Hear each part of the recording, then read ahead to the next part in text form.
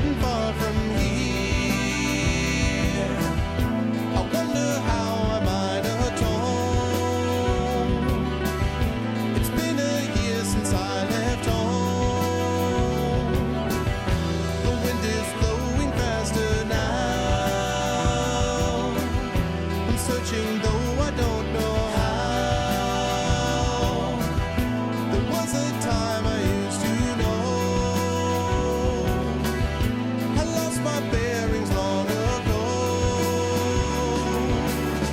And all this time, well, it's my imagination, my fading inspiration that dances in my mind. And it's a crime that my imagination, my own interpretation, should lead me down this road, and I know where to go.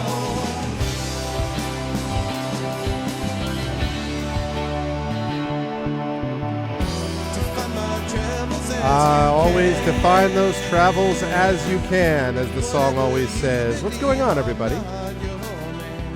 Welcome, Goglings, Gogorifics, Gog peoples, Goggers of the world unite.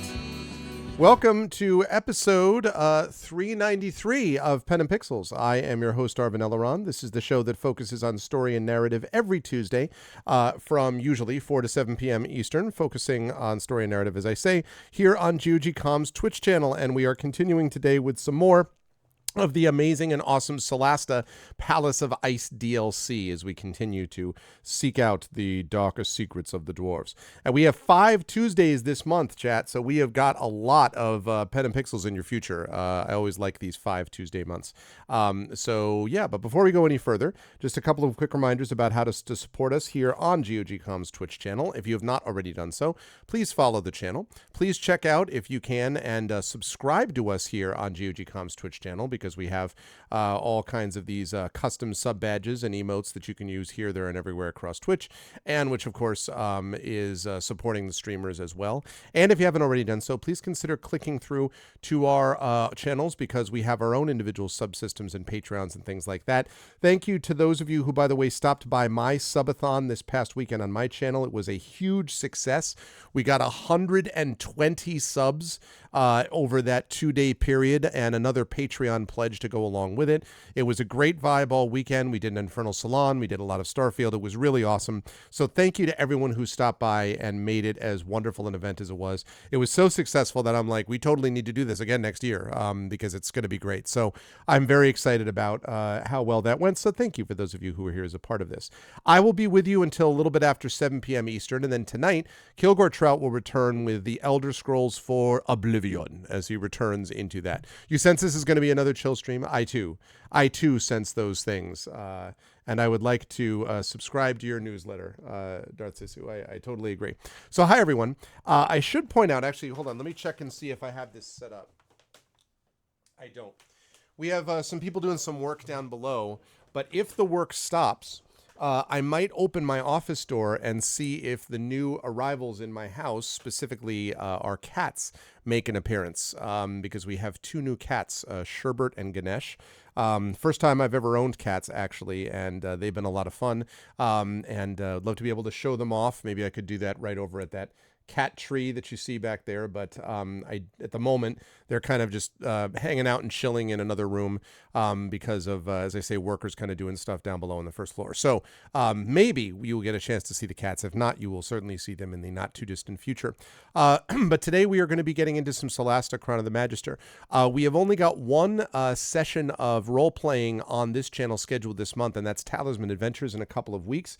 But we will be coming back to these other ones, of course. We will be coming back to D&D with GOG, Ghosts of Saltmarsh, and stuff like that. So there's going to be that happening as time goes along. Let's see.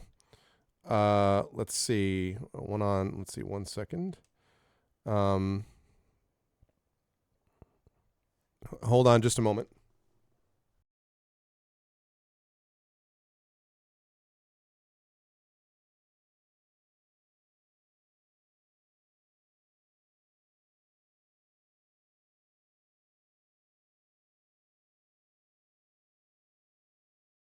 Okay. Sorry. I'm dealing with the word. Yeah. It is indeed kitties. Yeah, they're pretty cool. Actually, they're not tiny kitties, to be clear. These are somewhat older kitties. They're about, one was born in the middle of May. One was born at the end of May. So June, July, August, September. So we're talking about like five months, closing in on 5 months for one of them. Well, 4.5 months for one, about 4 months for the other. So, okay. Sorry, I have to respond to this one thing. I apologize, chat. Let me see if I'm able to do this. I don't know if I am. Okay. So,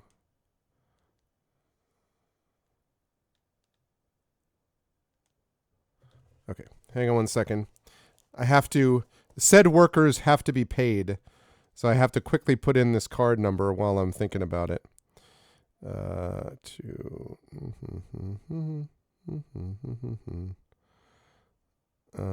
Okay, and then I do this, and then I do that, and I don't tell you all the numbers because that would be not good. I'd prefer not to get all the numbers out there where my card could be taken away by people. And then that.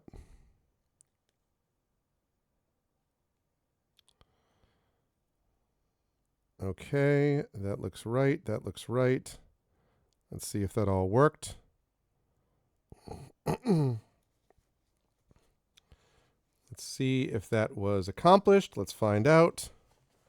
You can do it. Strike a pose. There's nothing to it.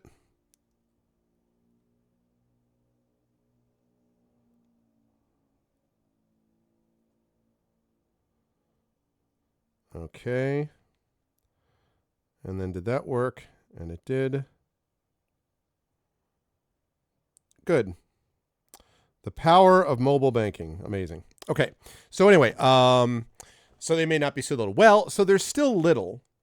They're still little, but they are not they're not tiny, I guess is the better way to put it. So thank you, Effect Life, for the sub. I appreciate it on GogCom's Twitch channel. Yeah, they are definitely. I will show you, and they are also best buds, by the way. So I will show you here, chat. They are best buds. So that on the left is Ganesh. They groom each other on occasion. That is no, go away. That is that's Ganesh on the left, and the orange cat is Sherbert. That was from a couple of days ago. And let's see. There we go. There is a still picture of the two of them, Sherbert on the right and Ganesh on the left. So, but they are definitely a lot of fun. And Sherbert in particular. So Ganesh is kind of the explorer. And Sherbert is the... Let's see. This is actually... You'll all be amused by this because this is my background. This is what you see behind me. This is when Sherbert got up onto my shelf. See, and that's my picture you can see back there. Sherbert's like, what am I? But Sherbert is super friendly, super affectionate, and Ganesh is more of the explorer, although Sherbert does some of that too. But they're both a lot of fun, and we still are working things out about like dealing with allergies and things like that. But because my wife was very allergic, then got all these allergy shots, so that they are not that she's not nearly as allergic, but still. So we have some things to work out. But in general, we have been very happy with the new additions to the team, to the family, so to speak. So, yeah. But today we've got some Solasta Crown of the Magister, and as I said, we're going to have a lot of Solasta this month. So I am looking forward to it, and I have some ideas for possible what's happening after Solasta Crown of the Magister, the DLC. I have one in particular game that I'm really excited about. But first, we're going to be dealing with Solasta and playing more of this game. So let us do it, as we are here and ready to go. It is indeed a chill month confirmed. Notice, by the way, I don't know if you can see the background picture, but this just happened to be this way. Doesn't this look like... I'm a large person on top of my bottom torso. It is, in fact, actually Geralt, but look at my large personage. Anyway. But yes, I'm excited for some more Solasta. And having a great time with this game. Despite flaws, which I acknowledge.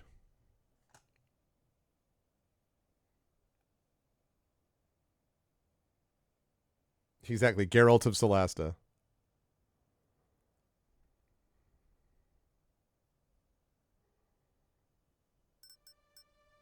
All right. Load game. I think we are on this. Oh, and I need to change my glasses. 1 second.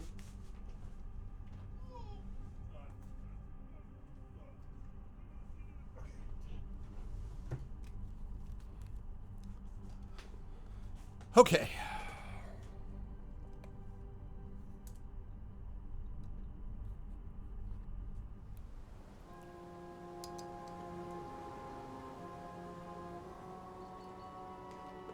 Okay. Let us figure this out. So...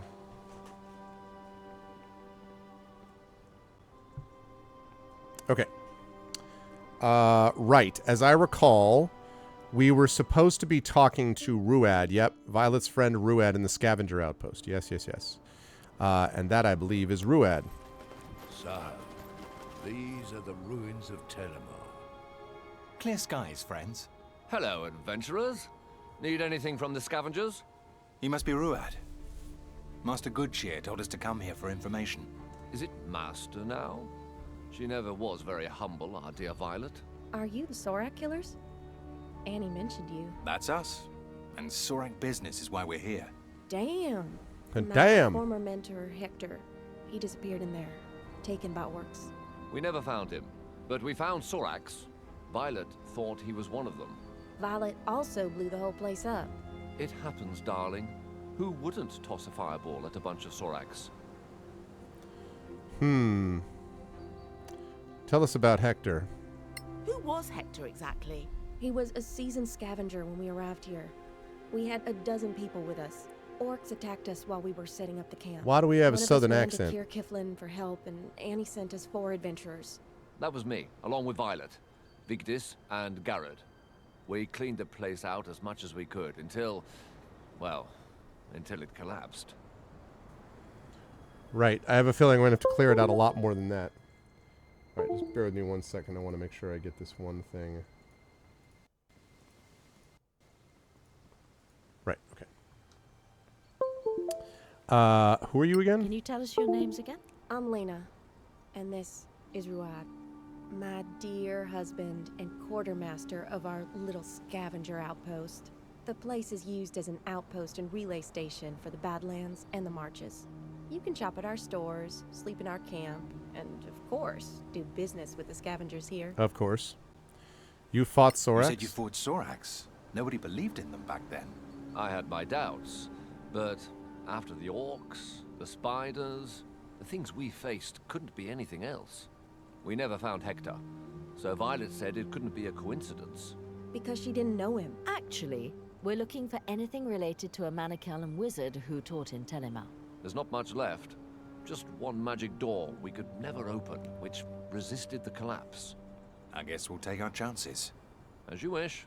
Thank you. As you wish. We have a new letter from Beric Sunblaze. A new letter from Beric Sunblaze, huh?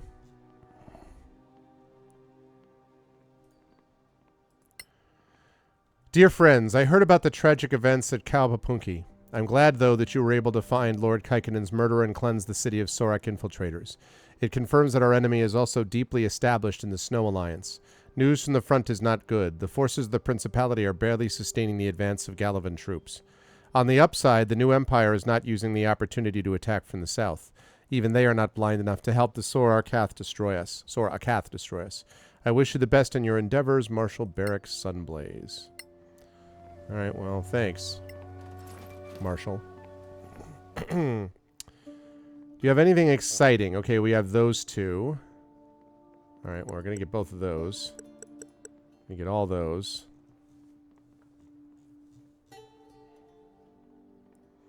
This is all basic stuff, basic stuff. It's disappointing how many of the shops basically even now have some of the same junk that they always did. More or less.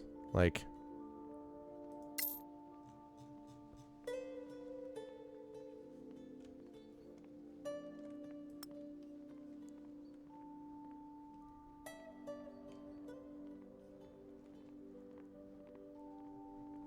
Alright, what else have we got?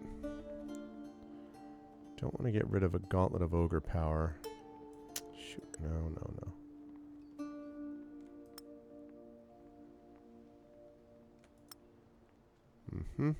Having a junk marker on some of these would be a nice quality of life deal.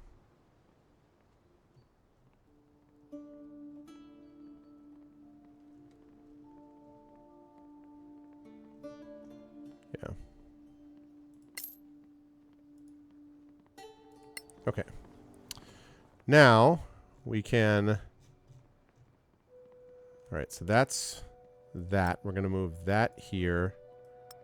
Move that here. I want to move that one arrow over to you. Right. Okay. Well, you certainly don't need 10 of those. Let's give you 5.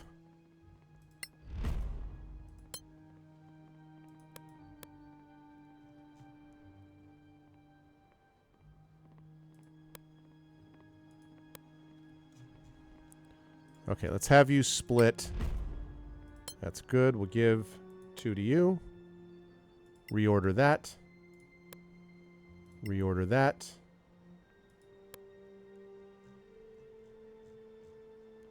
And put that like that. Okay. Got these.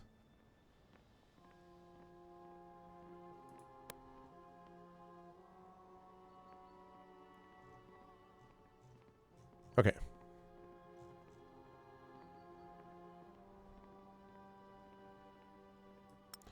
think I need 2 of these magical quivers, to be honest.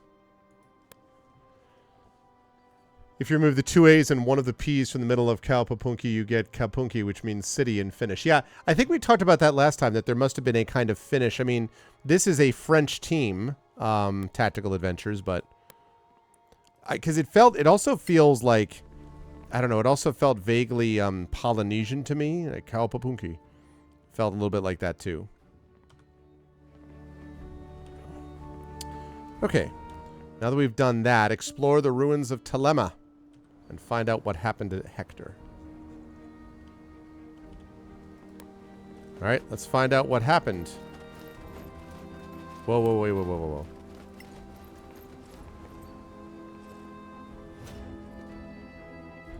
Right. Oh, we got all these already. This.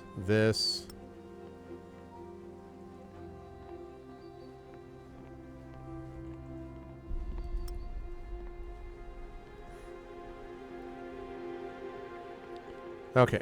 Sell all. Great. Thank you. Save it here under ARV. Continuing. And now, we go in here. Let's do it. Hey, Mar. Hello, hello.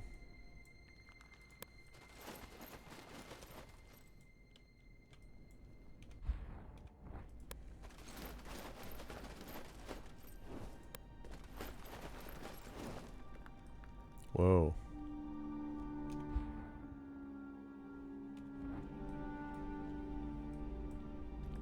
This looks like an attack waiting to happen.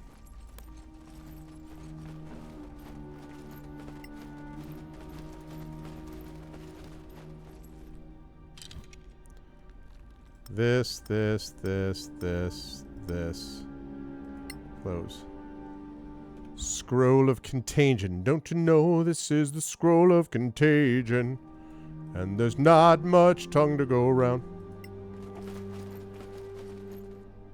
Is that the magic door Ruad told us about?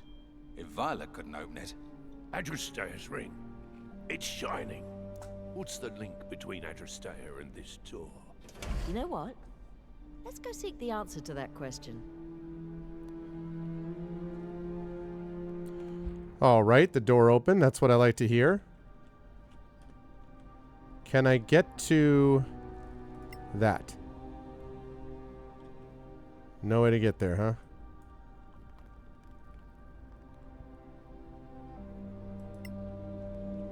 Guess not. All right.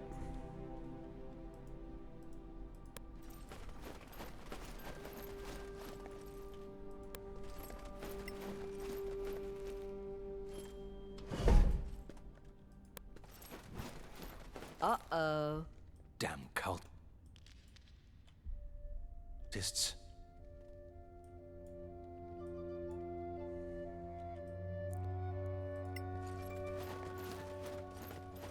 Cultists, huh? Encrypted diary. So that's Hector? Oh, we got an achievement. Damn. We're not the first ones here. Find what Look. happened to Hector. Up there. He didn't need to come through the door. Typically Sorak. Test 1, 2, 3, 4. The cipher of this missive is G2. All subsequent entries will progress 1, reversing alphabetically from here. Our plans move forward but slowly. I hear rumors that agents working for the Principality of Masgarth have already foiled a number of our plans. This will require my work with the scavengers and other targets to be a little more delicate.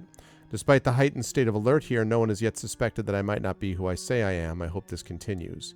Plan Lazy Dog at Telema is now in effect. They suspect nothing. Whiskey Tango now firmly embedded at High Rock. Poor security and trusting nature leaves enemy acutely vulnerable. The Alliance show little sign of learning from past lessons. Whiskey Romeo and Kaikinen now vulnerable. The drip of misinformation twists the clans and houses to our needs. Execution of Galavan plan in effect. Infiltration has begun. Fruitful outcomes expected. Further actions on plans Gamma, Delta, and Epsilon ongoing. Okay. Well.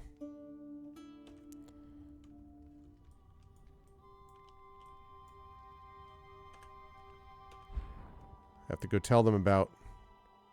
Okay, we'll come back to the spiderlings, but first we're gonna go tell them what happened to Hector. Hey, good news about Hector. He's a cultist.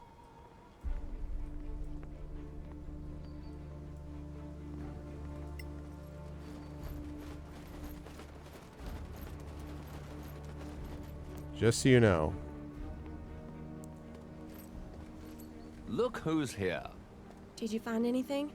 We found a dead Sorak and his coded diary. The man you knew as Hector. Oh no, I can't believe it. I can't believe it. Now you can mourn. How is it possible? For years, he was like a father to me. He was managing multiple operations all over the marches. I'll copy this and spread the word. Good idea. We need to continue our research here. We need to go. Thank you for finding him. Strike true. No problem. Give me some XP. Ha-ha! Level up. What level up? See, this is why we do this.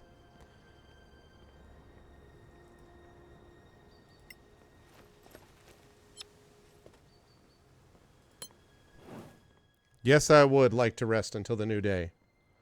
Because I need to level up.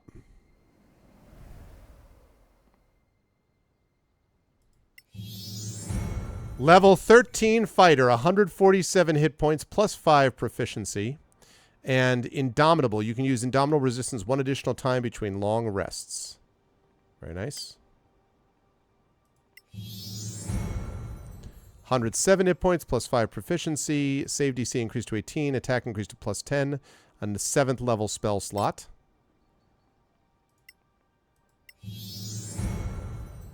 $108 hit points, plus 5. Spell save DC increased to 15. Spell attack increased to plus 7. Spell slots 4th. 1 spell to select.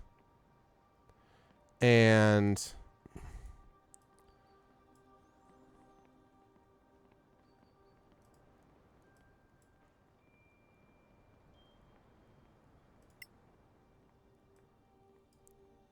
Stone skin. And... Yep.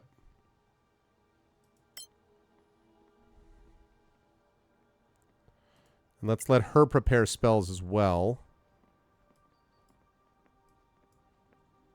Look at that. Conjure Celestial.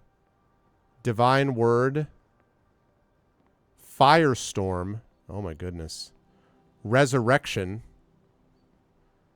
Brings one creature back to life up to 100 years after death.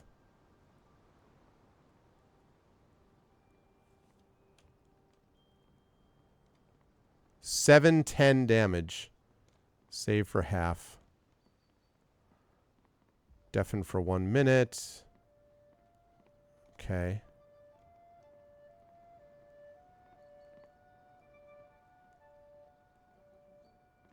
That can be very useful. Yeah, we're not doing that. We are doing...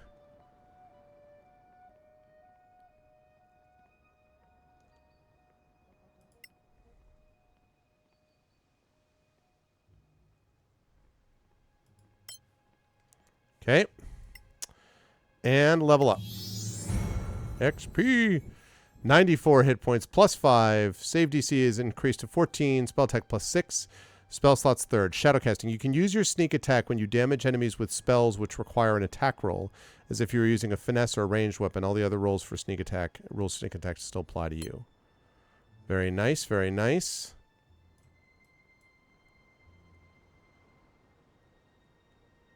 Let's see. Counterspell could be very useful. He seems to have a vampiric touch.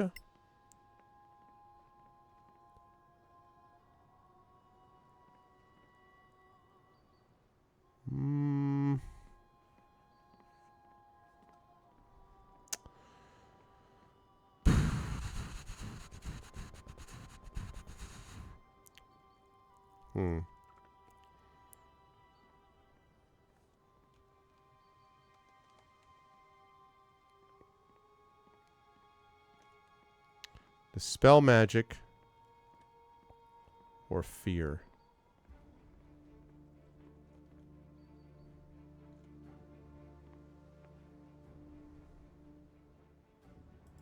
I'm going to go with Dispel Magic.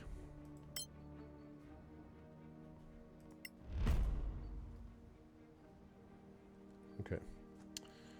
Right. Okay. Still worth it. Still worth it.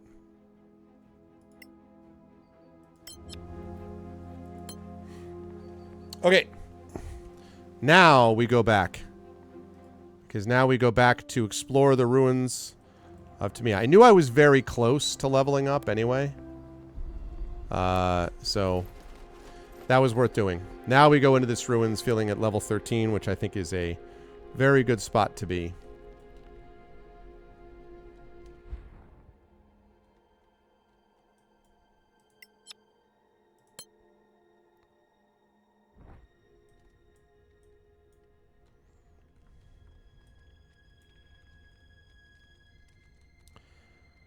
Okay.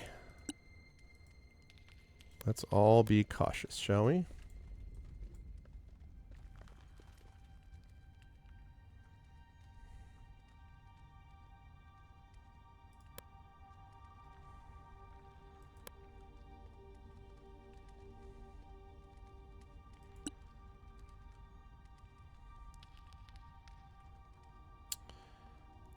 Can I not hit that? Cancel. What if I go here? What if I go here very, very quietly? And then attack. Yep.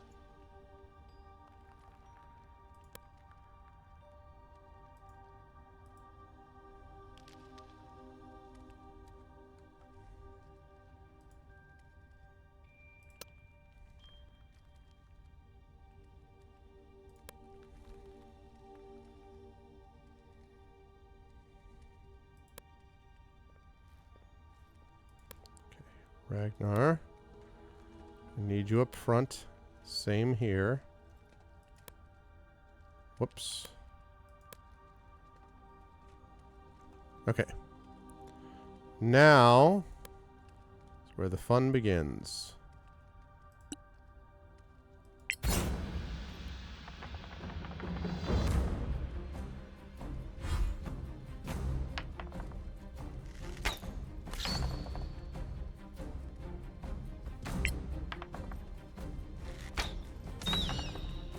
Yep.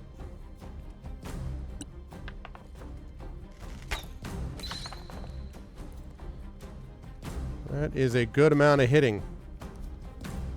Alright, now we're going to head back here. Still can't see me. Spooters!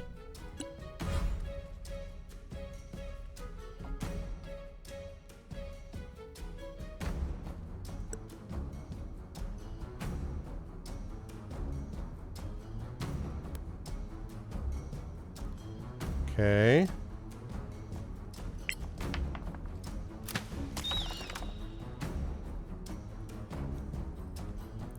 Okay, I gotta switch off your acid arrows, obviously.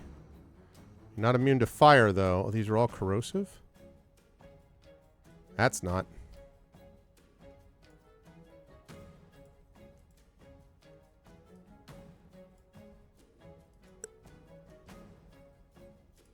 Why can I not? Man.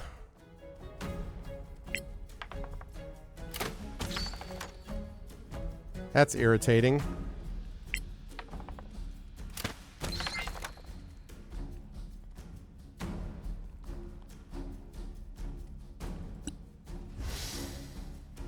Be great if he could just never actually get up here. Be even better if I could freaking,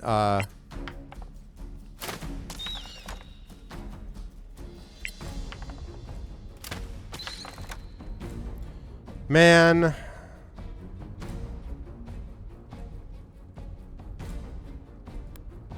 have been really better if I could have switched over to a flaming bolt, but it didn't let me because of inventory issues.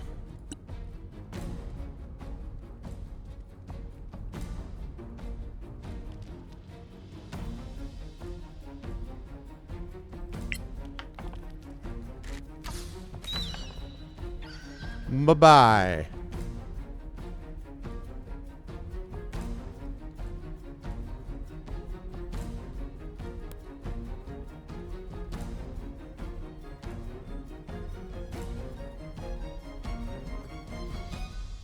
Oh, okay. So let's back you up here. And let's switch you over to your daggers. And when I say daggers, I mean daggers. I have no idea why all of a sudden you don't have a dagger in here.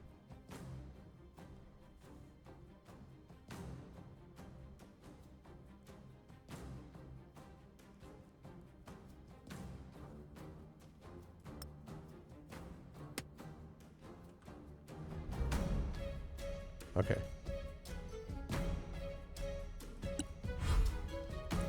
Still surprised.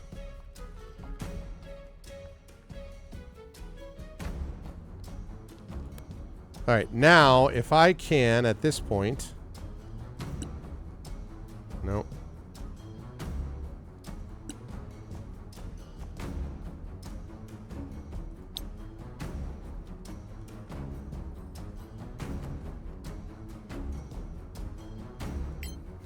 Guardian of Faith, let's go.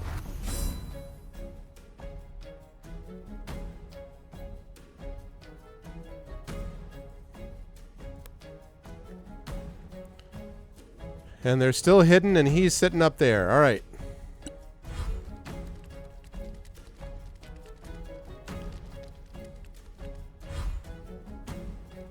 How did that person just appear there exactly?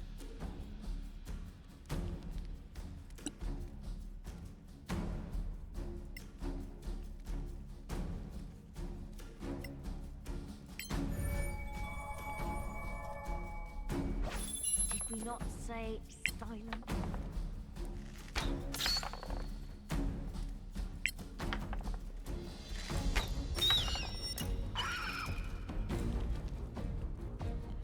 New contenders. Where the hell did these all come from?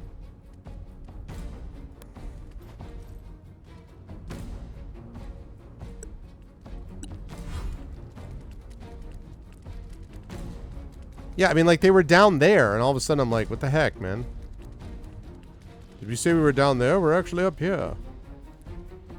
Pepperidge Farm remembers. Okay,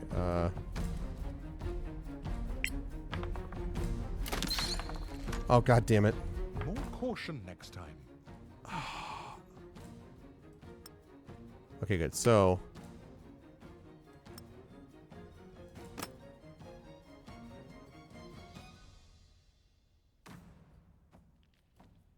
I need to put those arrows back where they belong.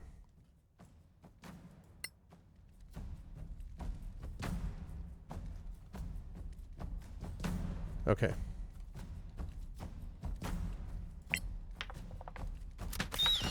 Good. Nice.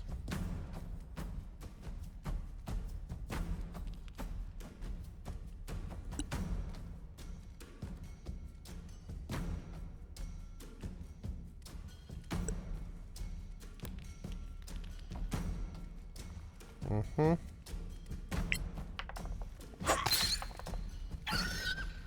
See ya.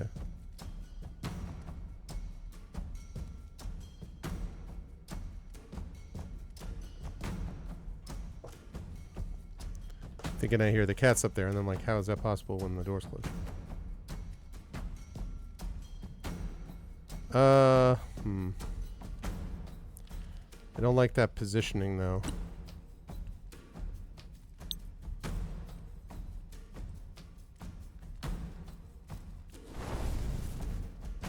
Okay.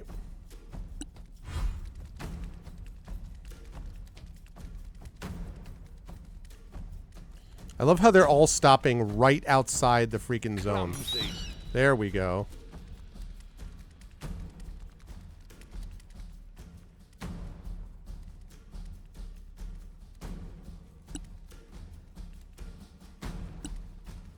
Okay, let's see. What can I use for this?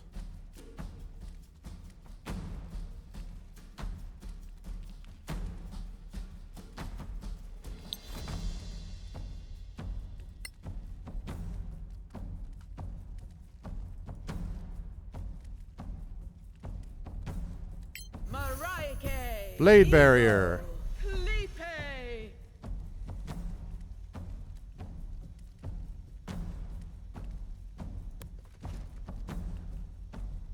Okay. You should have fled. Yeah, I got one spider over there. Ouch.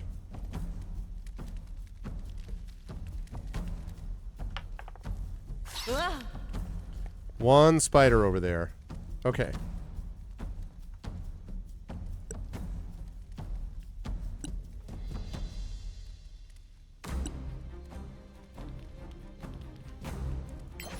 Okay, I want you dead, sir.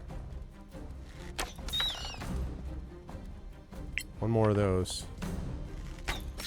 Bye-bye. Hey, that was mine.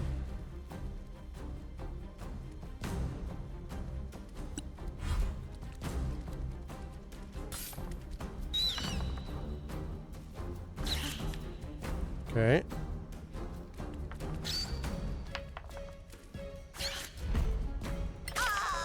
What happened to my Guardian of Faith?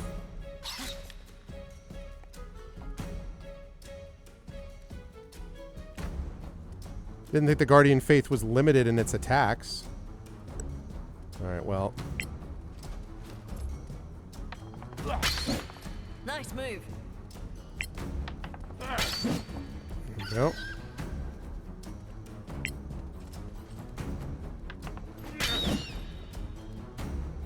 Good, good, good.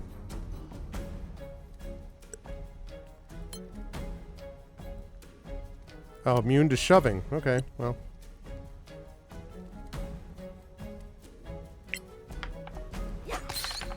You like it? Oh.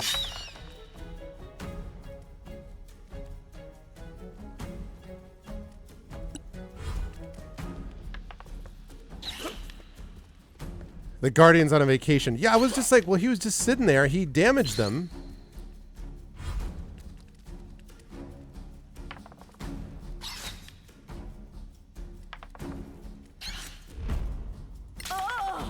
can take it.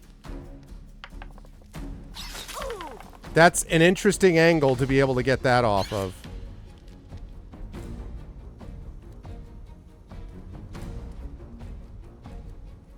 I think everybody's probably fine, but...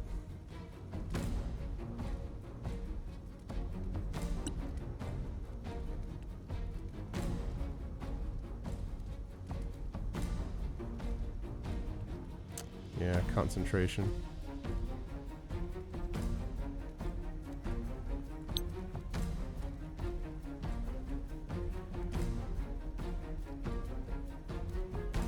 Yeah, let's do it here. The Guardian's back. Unfortunately, I have to like walk in there to actually get that.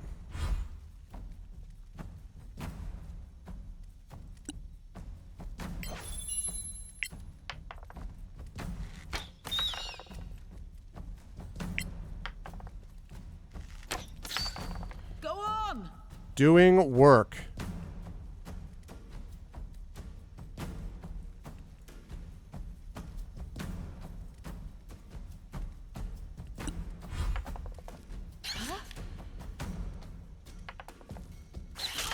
Ouch.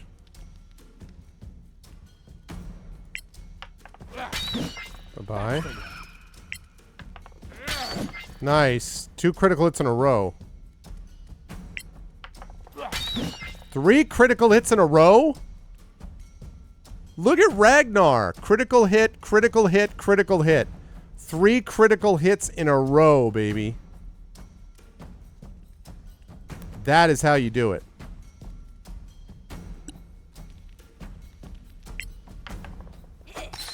And the winner is me.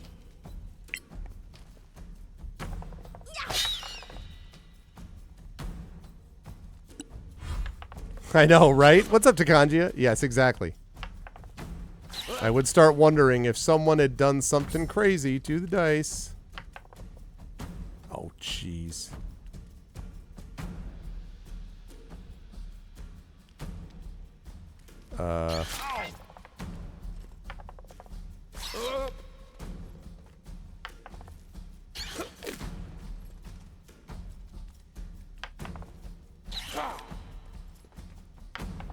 Yep.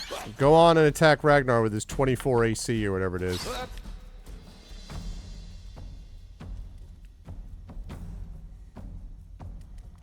Alright. Let us cast.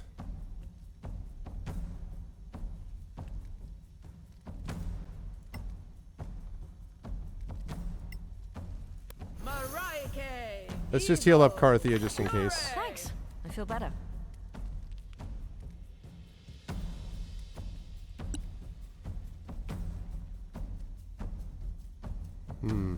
Let's do this, actually.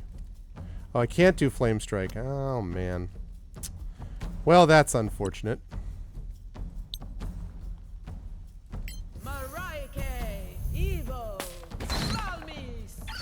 Nice. Well done with the Sacred Flame. Good turn, Rillia.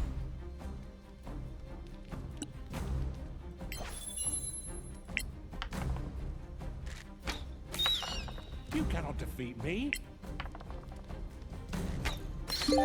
Outstanding. We got an achievement, too.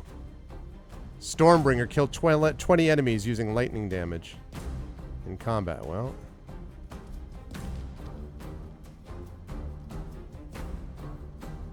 I have to get there, huh? Okay.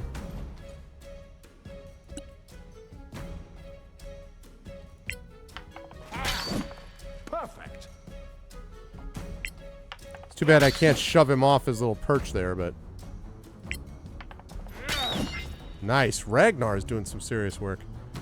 Oh, God. I know, which was like basically the Fallout effect.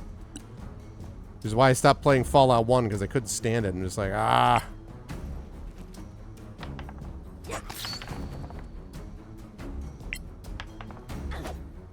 I thought you could fight. I was right.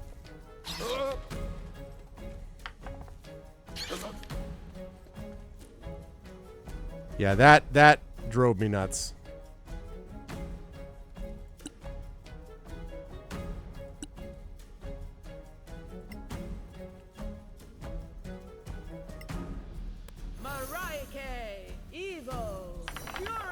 There we go.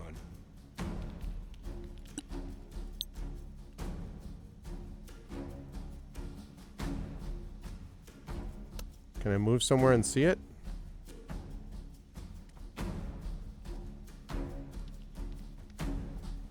Cannot see it, huh?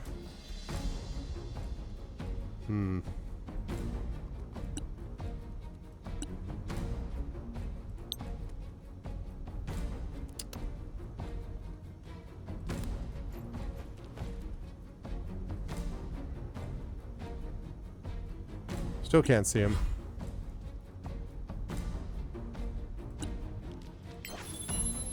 You've been marked.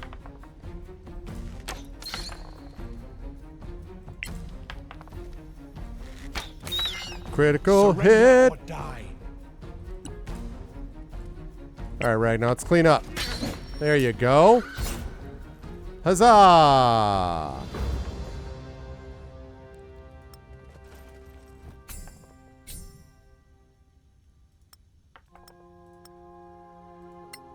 Get out of there. I don't even know what the hell I was doing there. Okay. Right. Arrows go to you. And you had some arrows here. Right, yeah. Arrows go to you. You do not go to me. Or they do not go to Ragnar. Thank you. Yeah, that fight was no problem. The fact that I got the jump on them and could get that many of them down. Surprise round is hugely useful in this game. As it is in D&D, frankly.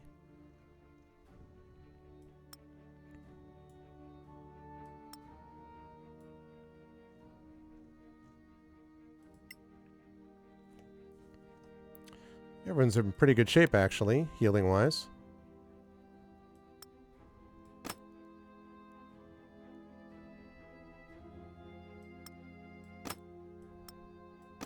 Okay.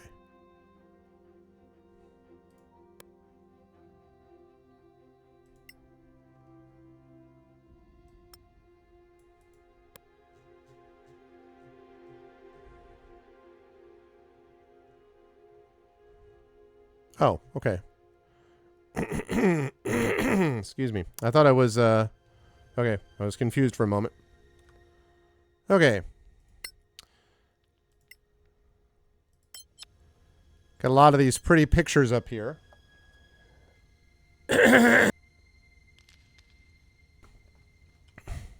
Sorry about that. All right. Let's have you go down here and pick this up without going through the blade barrier.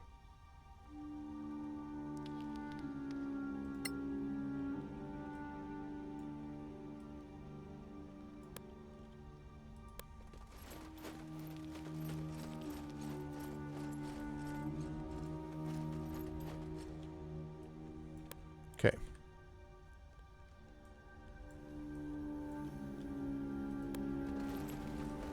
Athletics time.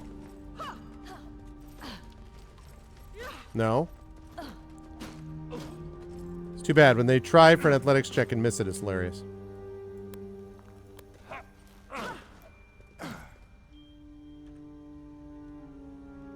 Okay. Rune mechanism room? That sounds ominous. See those runes on the wall? They seem inactive. More Manacallan shenanigans. I love it.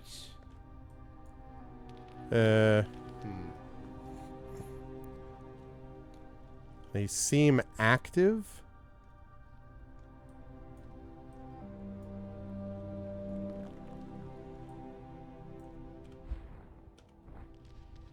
Okay. Well, let's try this one first.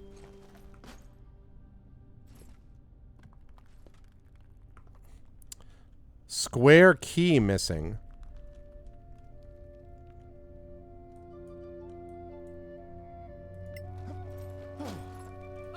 I know. Kids who do that faster.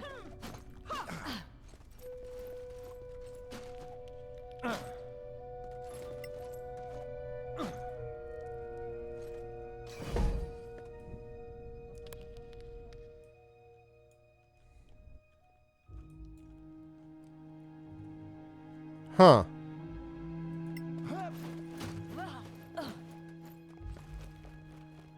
So I need 3 keys on top of this. Whoa.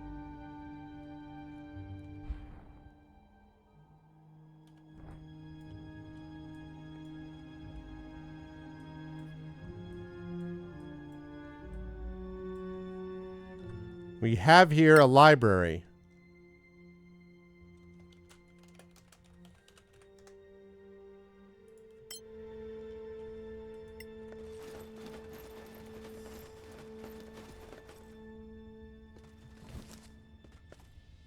Ah, the square key.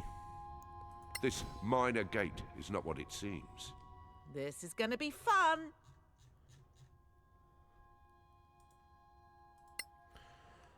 Oh my goodness. Experimental function use of caution. Treasure room triangular key required.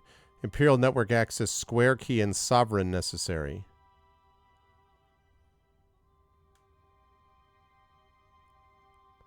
So I have the square key, but...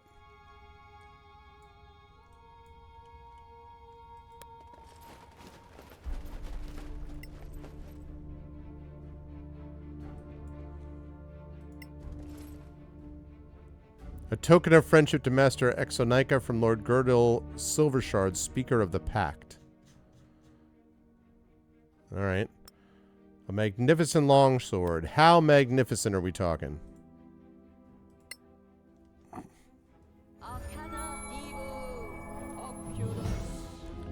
Anvil. What is anvil exactly?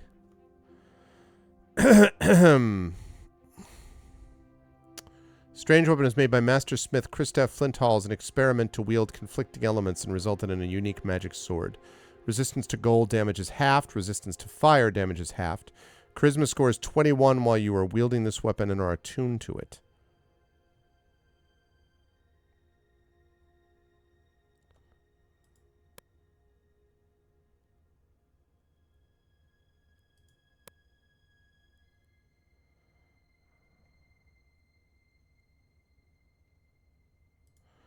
Huh.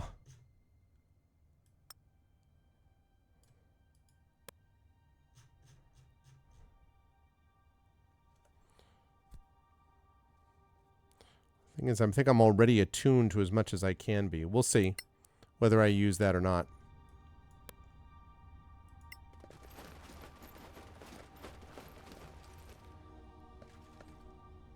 Mysteries of the Southern Continents. My travels to the far south bring many interesting and exciting discoveries. You cannot believe the wonders I have seen. They will all be lost like tears in the rain. I've seen things you people wouldn't believe. I arrived not long ago on a strange continent where the Manicalan Empire once ruled, but no longer. A world where half-man, half-bird-like creatures rule sky cities surrounded by jungles and forest, and other peculiar folk, not dwarves, carve a life out of rock beneath the surface. A place with deserts and forests so exotic you might think you were in another world. To the far south, my eyes detect a strange, impenetrable darkness that fills the horizon. Dark shapes swirl high above. I think they are dragons. The locals whisper names of ancient evils and tell tales of mysterious temples that have fallen from the sky. It is rumored that far to the south, the land turns into an ice-cold crater, beyond an impenetrable mountain and a cliff so great that you cannot see to the bottom. Once I have explored further, I'll write again. Stay faithful and true, Kalor. Okay.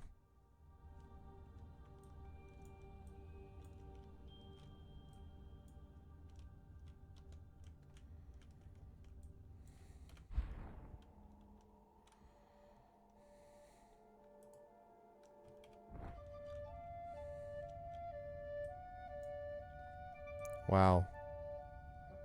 Some kind of dragon-like creature had managed to get through. Well, it looks like the only thing we can get, and we got the square key, which is one of the things that we needed, so.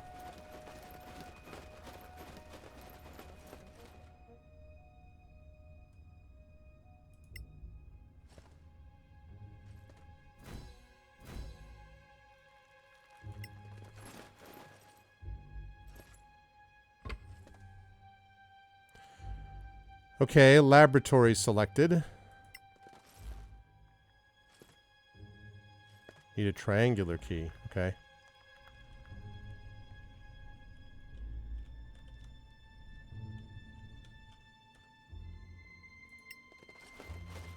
This may not make a difference.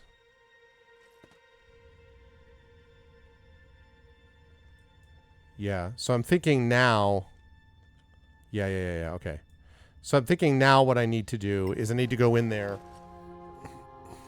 and hit that thing across... Yeah, they are gathered together.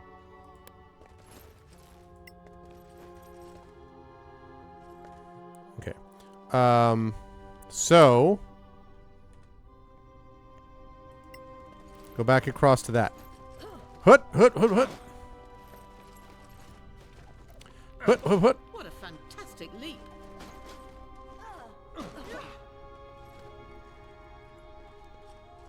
There we go.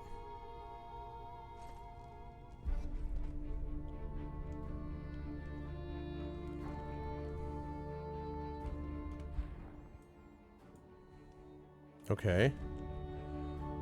So that was that one.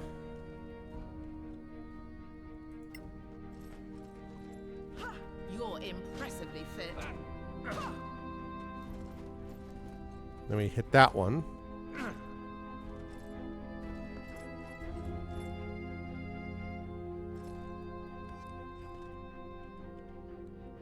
What? Oh, okay, okay. Wait a second, wait a second. Let's see. Circle, circle, circle.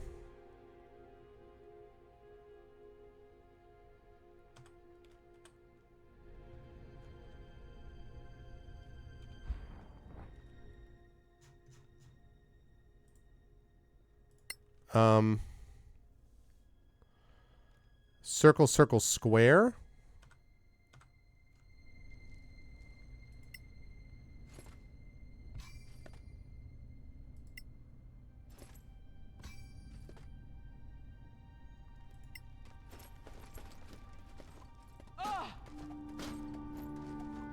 People have to jump across these platforms every time.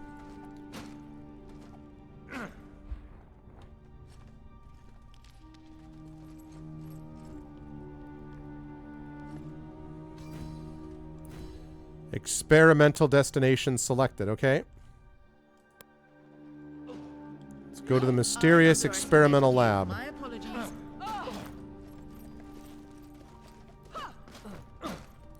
They're all too athletic. They all make these jumps with ease.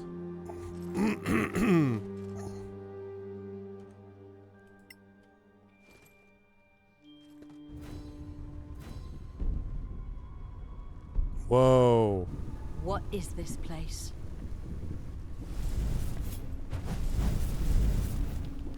Well, We'll have to well. postpone that debate, I'm afraid.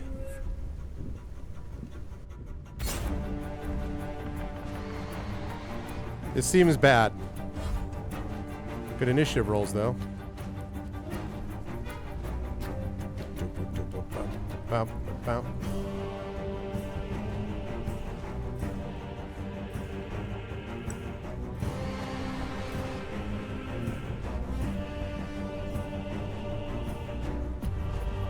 Gotta take out this succubus. Touché.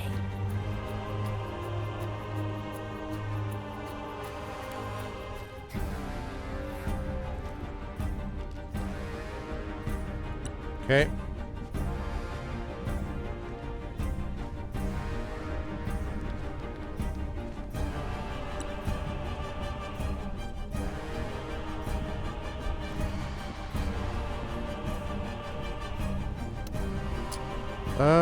Let's see.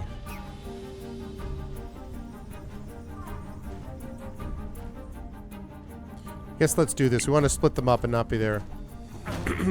I agree, Takanji, yeah. Oh, God. There you go.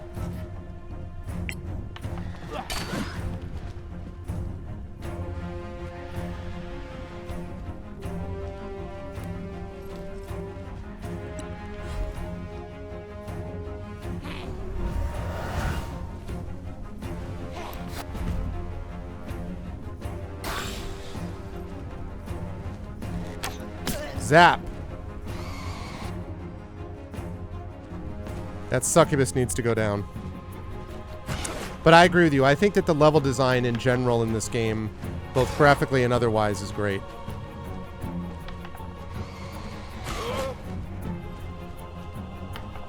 Yeah, I've got to take out the succubus. The succubus is the problem.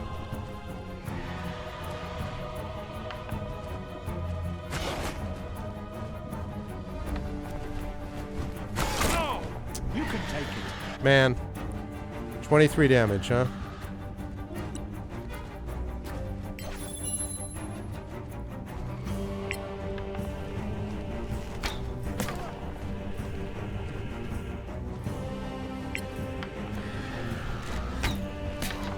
You can't win.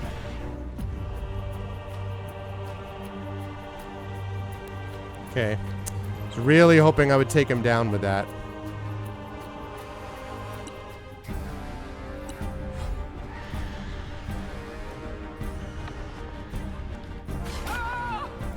Yeah, I don't want her exposed, though.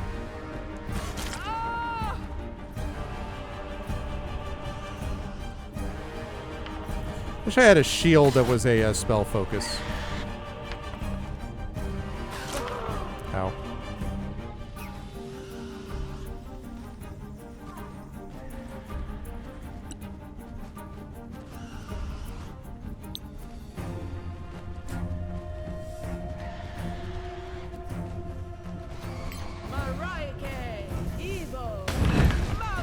Flame strike.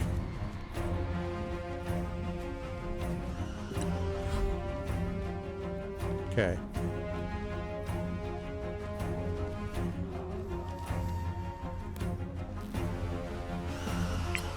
Please take her out.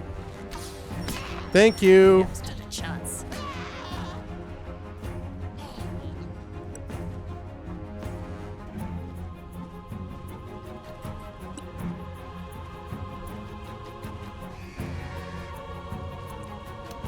Cannot reach the target. Yeah.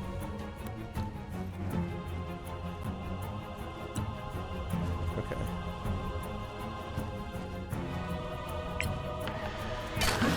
Yeah, critical hit, Ragnar. Let's go. Another big hit. See, I want them on him the whole time because... Let's get second win, shall we?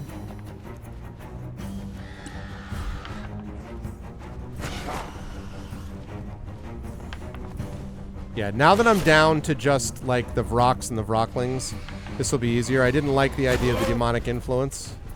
So, frankly, if they all want to swarm on Ragnar with his 24 AC, or 23 AC, that'd be fine with me.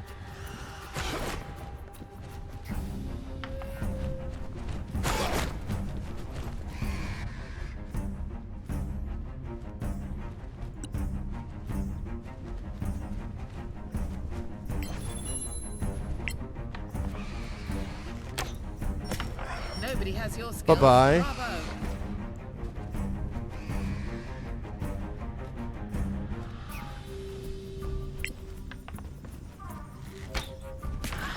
Very nice.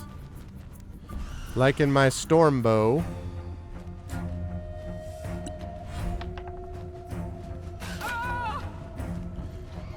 Really getting hit on the chin a bit. It's alright, though. She can take it.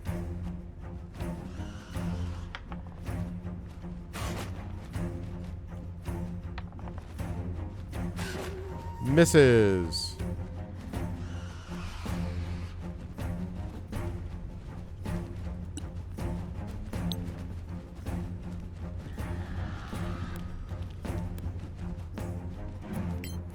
Scorching blade, ray.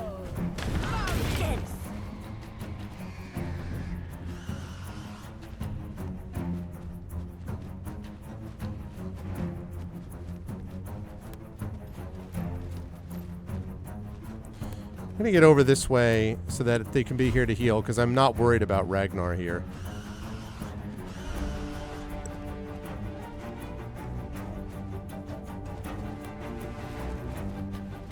Oh.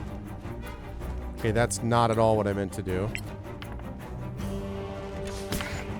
Well struck.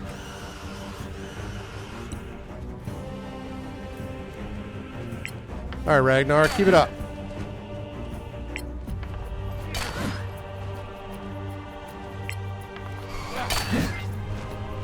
Another critical hit. He has been critically hitting the whole way.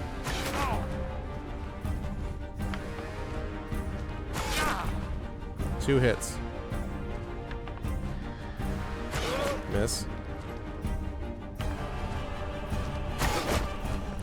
Miss. You need 23, son.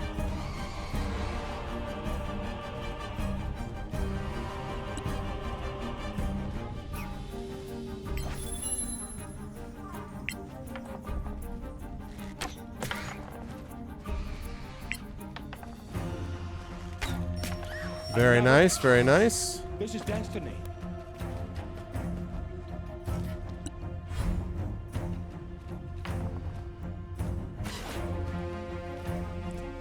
Yeah, this has gone very well. The succubus is, getting rid of the succubus early was the biggest threat.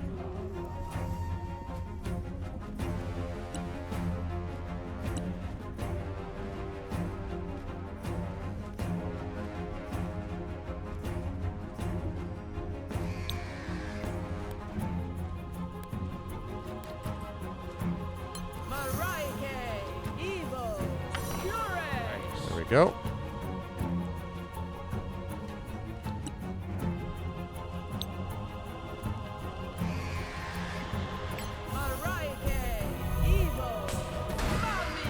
Nice. Good work, good work.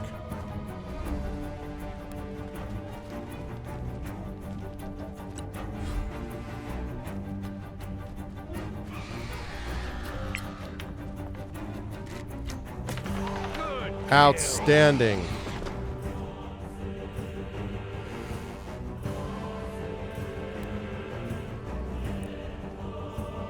Okay. Right. Ragnar. You can hit the rock. Good. Please do so. 2 in a row. Ah.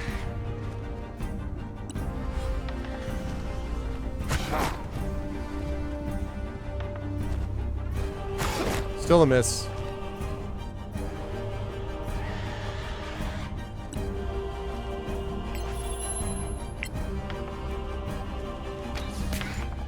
Take you down. Lovely.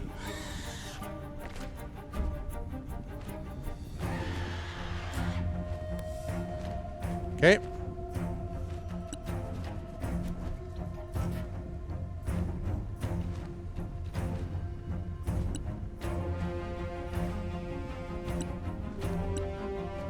Let's see.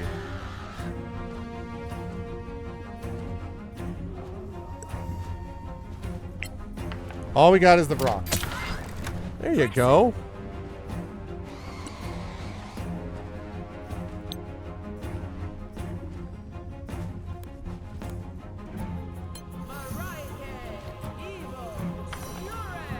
There we go.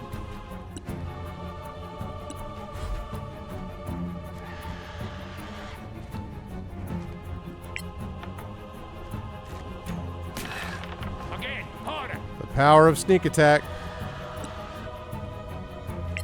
Power of sneak attack compels you. You need a better AC than 16, son. Boom! Finishing with a critical hit. Good stuff. These creatures, they're demons. Yeah, they are. Did we travel to their world? Violet said Exonica was a great traveler. But other worlds? She was clearly dealing in dangerous experiments. This proves she was linked to demons. We're making progress. Let's search everywhere. We need to find more.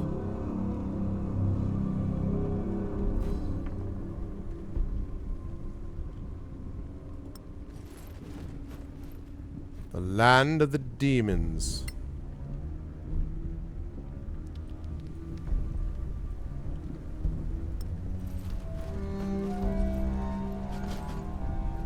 This is a really lovely place here.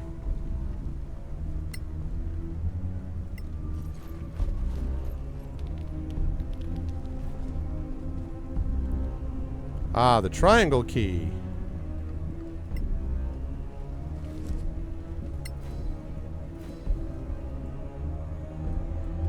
So they have a new thing you can get in each of these levels, I guess.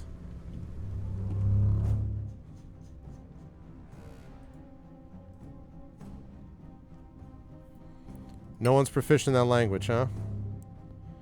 Don't I have a helm of comprehending languages, I thought?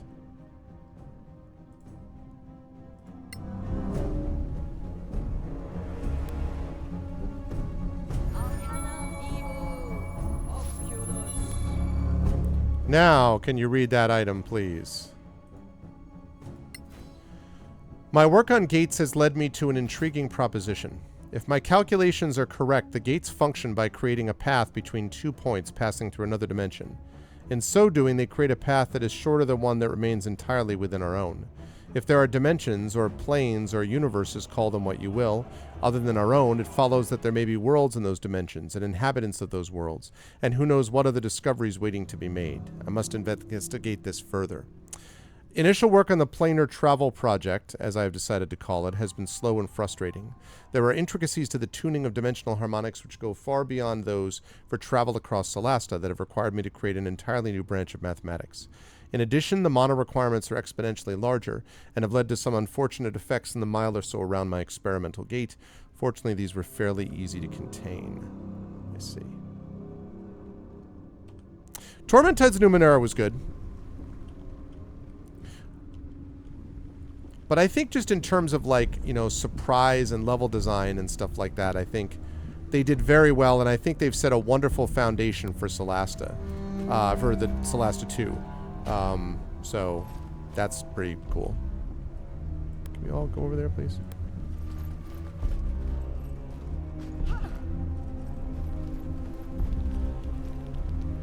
Okay, so now I have...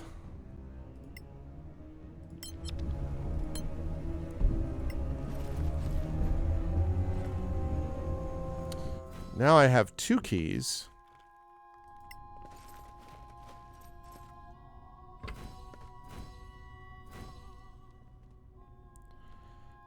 All right, so now...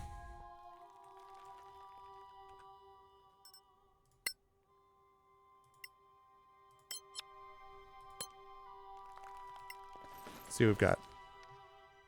Oh, which one to buy first? Well, it depends on what you're looking for. If you are more interested in... Now, I tend to be very big on story. And if you're looking for fascinating world building and an interesting story, Torment would definitely be the one that you should look at. It is an interesting story. It's a weird story, but if you just lean into the weirdness, you know, you'll get a lot out of it. There's some very good stuff. There's some very interesting NPCs and all that kind of stuff. I think the Torment combat kind of sucks. So if you're in it for the combat side of things, Torment is not great. But that's not the focus of it. The focus of it really is on the story side. This is very much about, this is, I think, the best 5e combat engine, bar none. I think they did an exceptional job with this. The UI is interesting. You can see the level design is very well done. So I think they did super well with that on Solasta. The big limitations of this are the character models are very meh by their own admission. The voice acting is eh. And the story is okay, but forgettable. I think they could use professional writers going forward, and I imagine they'll do that with Solasta 2 and things like that. Also, this has the other community contents. You can also get like community modules like you could with the old Neverwinter Nights and stuff like that. So if you're looking for something which is a great combat experience, clearly this. If you're looking for something which is a little bit more story-driven and kind of cool world-driven, then I would definitely look at Torment Tides of Numenera. And I've played both of them. I have won both of them. Well, I mean, I've won the original Solasta plus the first DLC. I haven't won the second DLC yet because that's what I'm playing here. But I've won Torment Tides of Numenera. That game, I don't remember if I played that on here or if I played it on my own channel. I'm not 100% sure, but I have played both. And the Pathfinder thing, that I don't really have any advice for. Like, I don't think, I mean, this is probably closer to Pathfinder-ish. Certainly in terms of combat, but...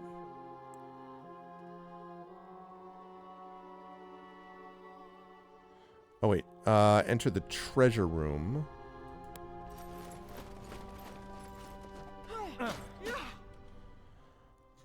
All right, what's the combination to enter the treasure room? No, not this. Circle, square, triangle.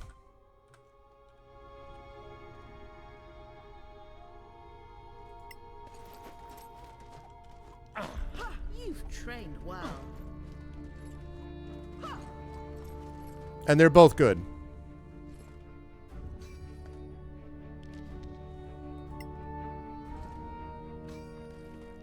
Okay. And then let's see. Triangle would be the next one. That's impressive.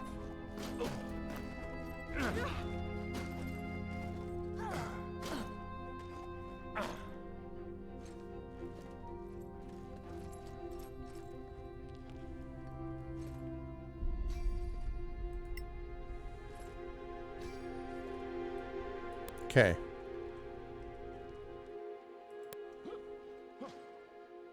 You're impressively fit.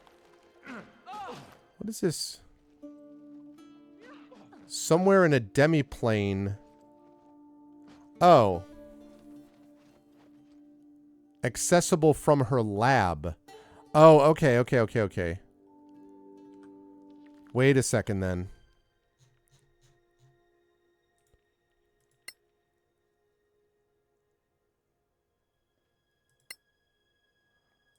So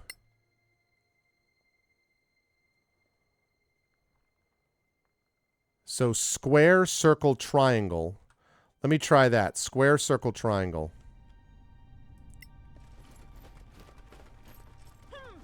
Hey, Paydick. Square, circle, triangle. Let me see if I can get access to this thing.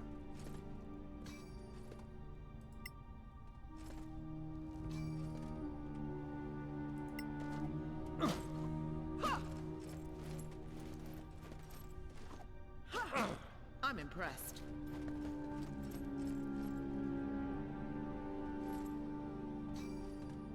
Long distance mode selected.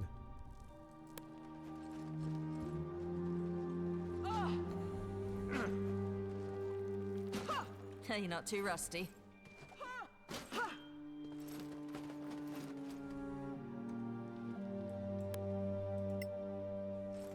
I'm smarter than that. You need the sovereign. Okay, I don't have that yet. So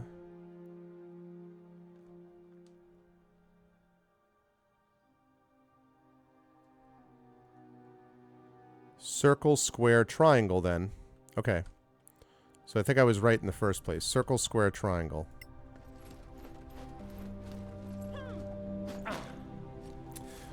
So way too bad. Have you played, so I assume you've played the Wrath of the Righteous and all that?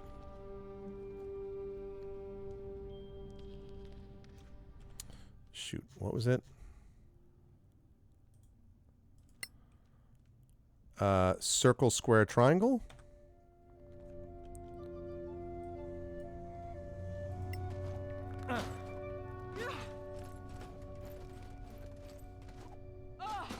What a fantastic leap.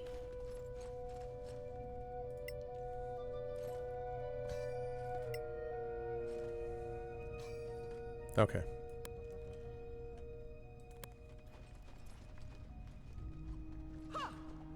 All right, let's get in there. Well done. Hopefully I will find some good things in that treasure room.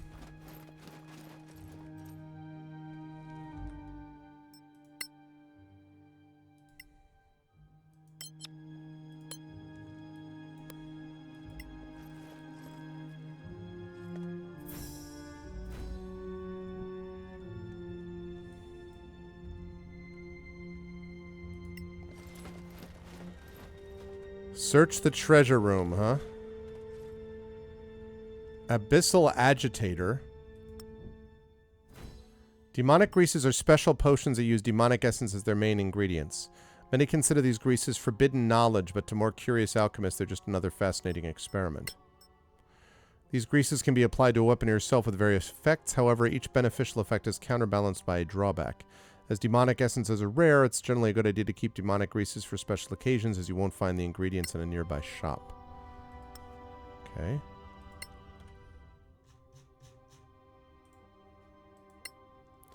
An unintended boon discovered in my myriad encounters with demonkind has been that the essences of their spirit and mana are often left behind as a viscous substance once their host is killed.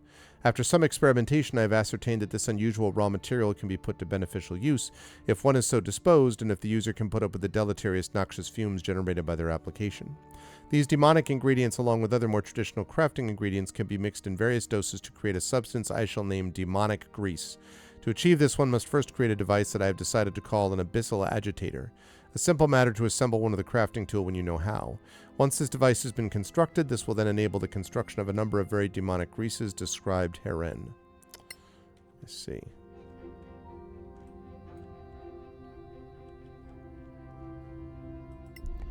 We got ourselves armor here.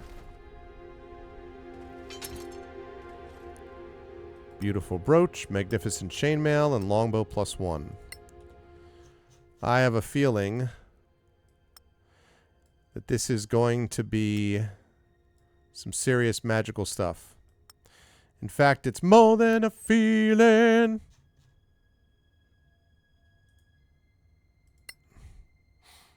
All right, magnificent chainmail. Colthanin chain.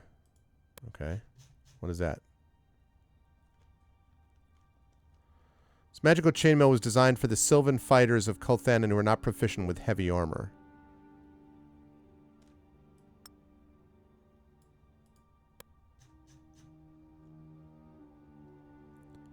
AC set to 16. And no dex bonus. Well, that's garbage.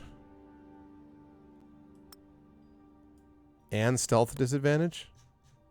Blah. Alright, what's this beautiful brooch? Ah, brooch of shielding. Yes, yes, yes. I know it well. Immune to the magic missile spell. This is all great, but I'm going to need to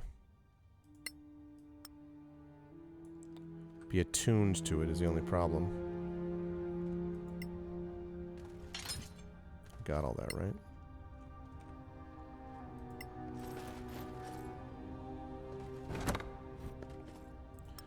Money, money, sapphire, amethyst, blue, diamond, pearl powder, diamond, sovereign.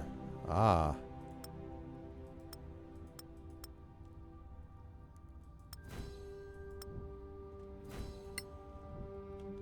Yep.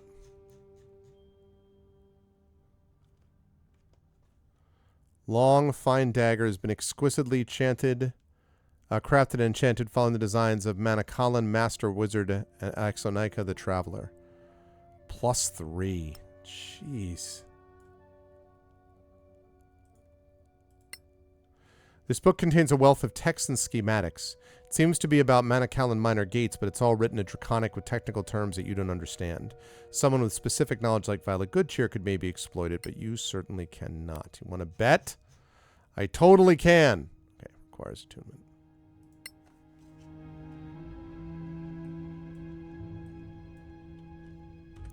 Well, let's take a short rest.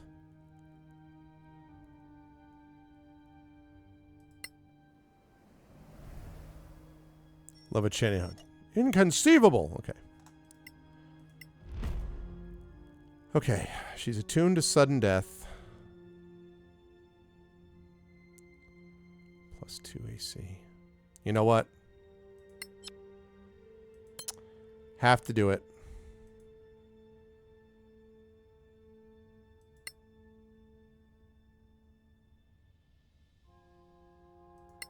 Oh, God.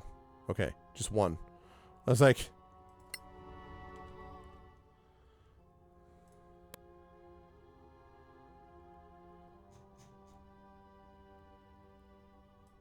That's because it's not there yet. Now it's active. Yeah, buddy. +3/+3. Sudden death and sovereign. That's what I'm talking about.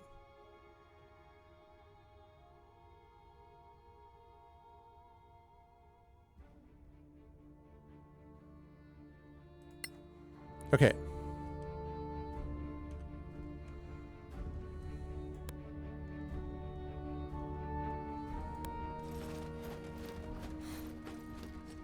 Now I can go back and switch over the thing one last time.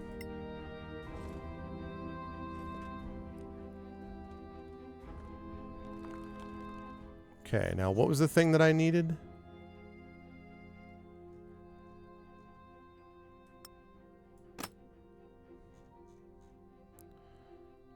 I haven't been able to tune it, but... yes. Okay, so... square, circle, triangle. Square, circle, triangle, so... Also good to see you, Dragon. Match 23. It uses 5e rules, so it's based on the SRD, which are the acceptable... like the rules that basically are made available. So it's 5th edition rule set. It's not technically D&D, but it's 5th edition rule set, which is D&D essentially.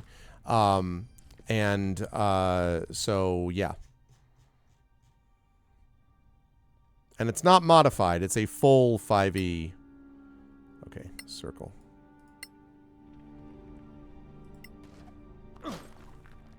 Sure, my pleasure. Yeah, this game is available, and you can get it if you use my link here, right available on GOG. It is a very cool game that I like.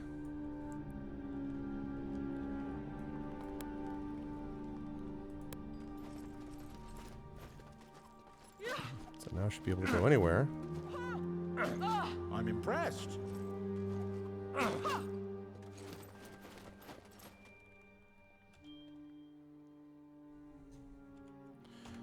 Okay, free Exonaika's soul. Find it and free her soul. I don't fully understand this.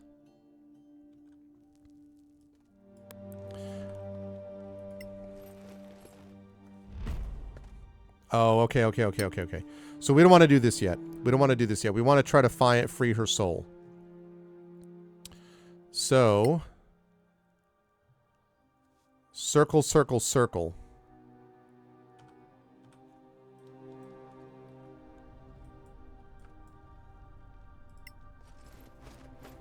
Circle, circle, circle.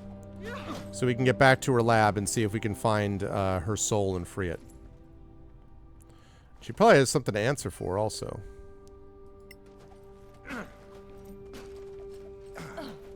Nice little warm-up.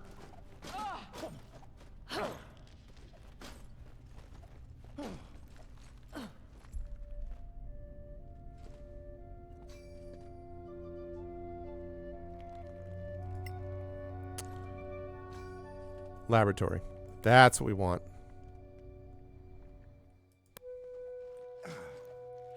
A real little goblin. I mean, there's technically 2 labs, so I hope that this is the right one.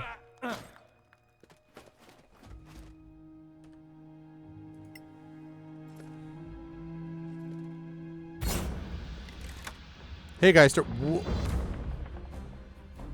I did save. Fortunately, was not expecting a spectral dragon. Will admit, was not on my bingo list.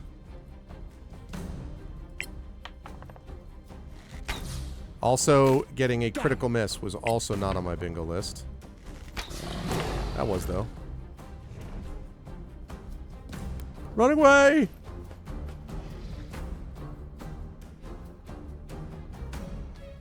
They just fall over comically, is basically what happens.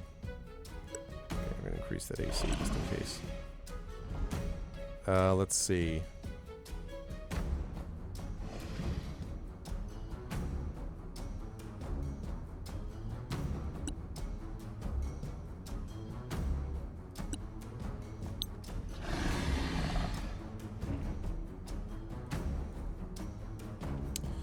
No, I don't like it.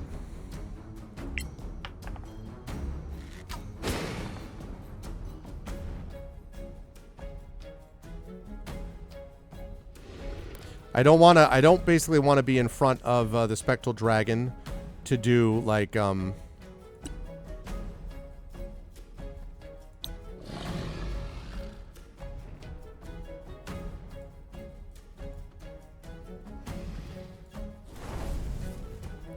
don't want to be in front of the spectral dragon to take AoE spells. So I'm glad that I short rested. Well struck.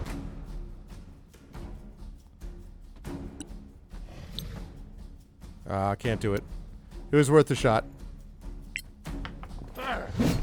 It's gonna do glow at you. Cute.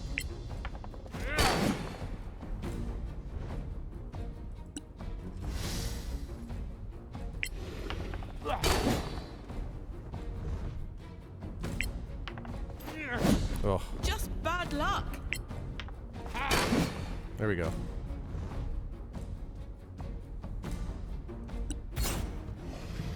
Legendary action. Ow. Okay.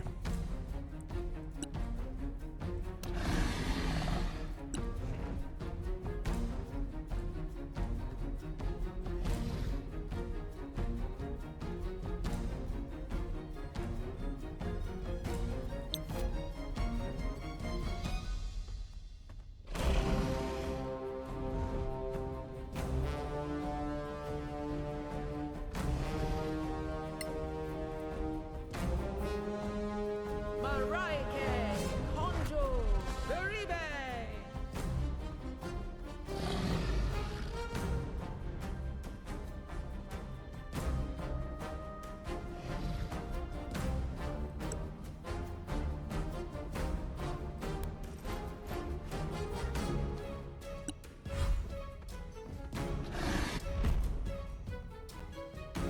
Attack and attack.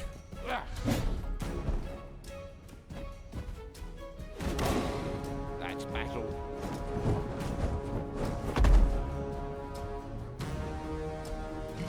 Yeah, I saw that coming. Ow.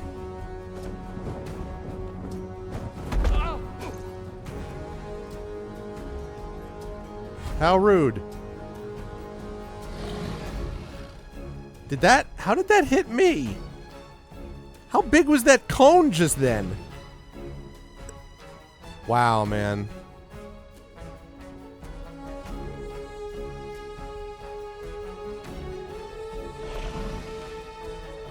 I mean, I can't see the target. Why not? Oh, okay. Could go out there. Attached to my friend's board. Good.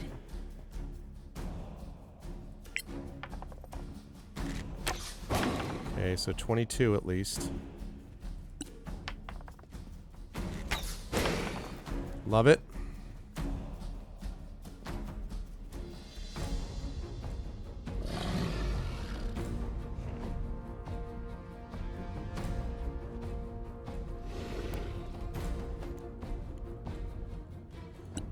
Okay. Oh, Christ. Legendary actions.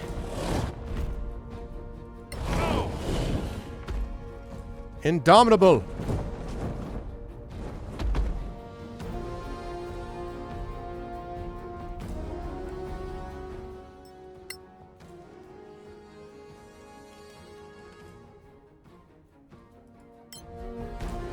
Okay.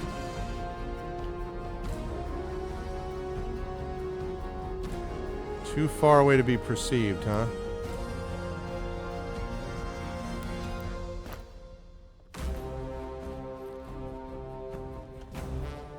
Okay, do you have anything that's in the, yeah, these are just regular arrows. Could we...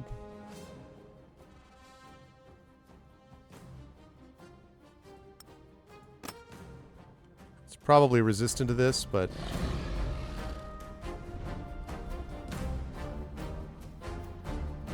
You gotta be kidding me. It's still not...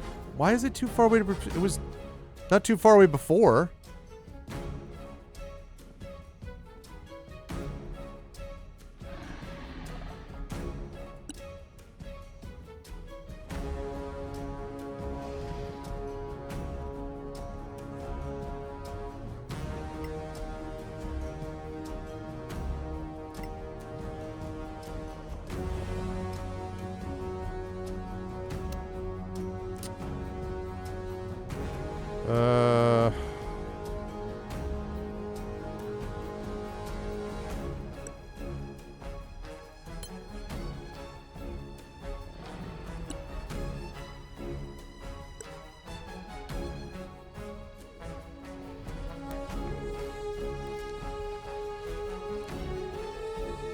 Oh, going into inventory spent my action points? Oh. Yeah, but it said something about perceiving, though, which was different, it seems to me.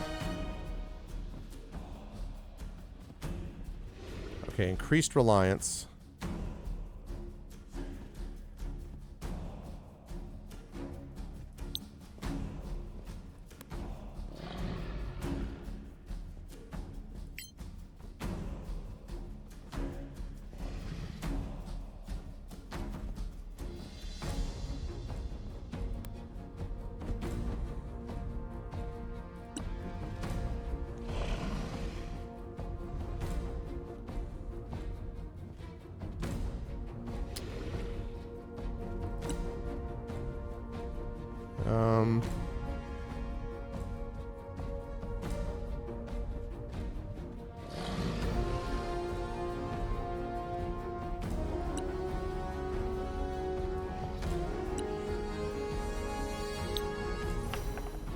Second wind.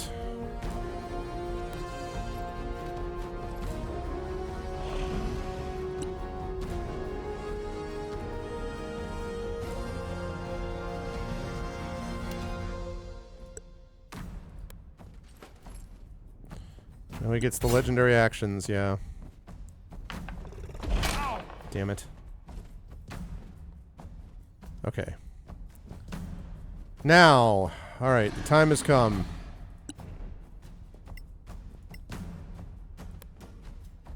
Oh, for Christ's sake. Okay, I need to be able to see everybody.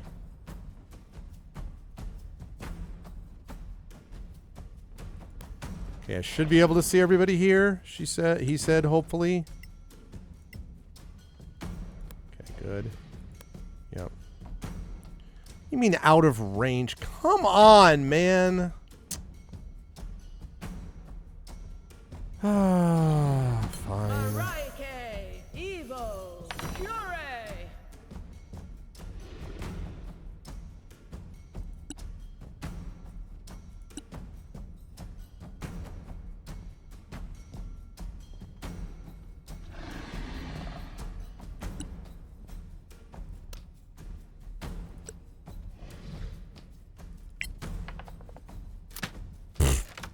Well, I'm getting the measure of this.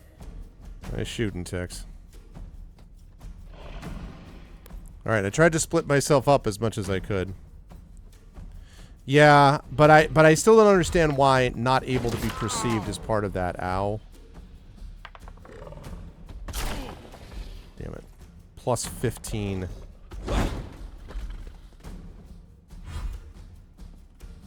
Okay.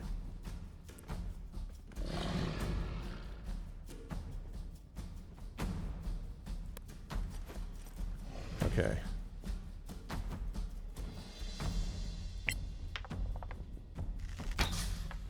Try again.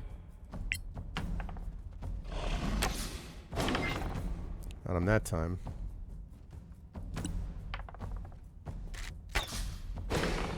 Yep.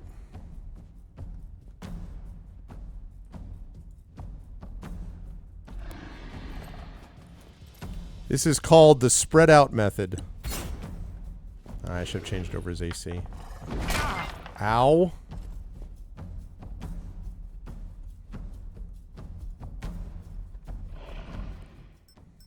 Situation with Ragnar is in bad shape, which is why I'm a little annoyed. Because I thought that she'd be able to get to him by then.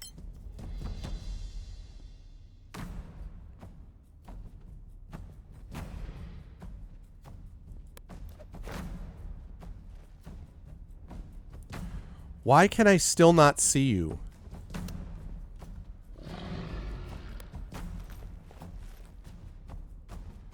Why? What are you talking about?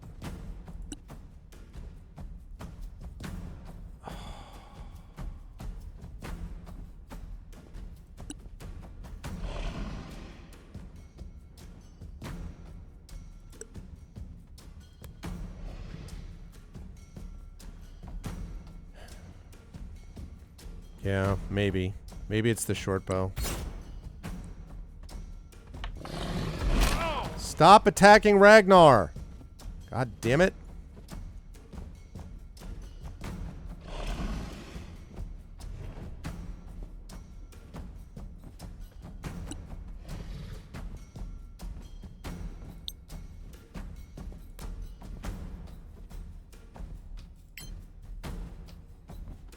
Oh, he still can't. God damn it, I forgot about that. Thought he could also attack. Alright, first of all...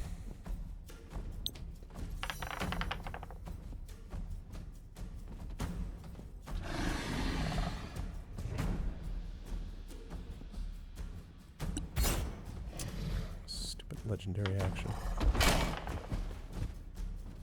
Okay, I'm glad that he resisted. That is good. Okay. Now, we're getting up here, and you're going to freaking cast some freaking healing, for the love of God.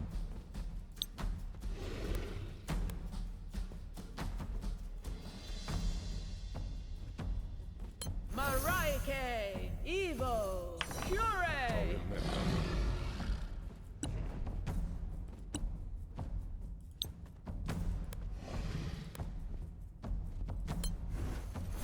Mm-hmm.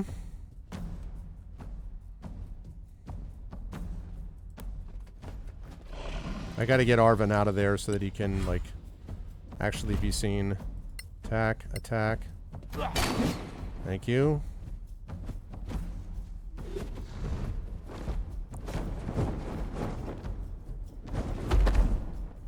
That's bad.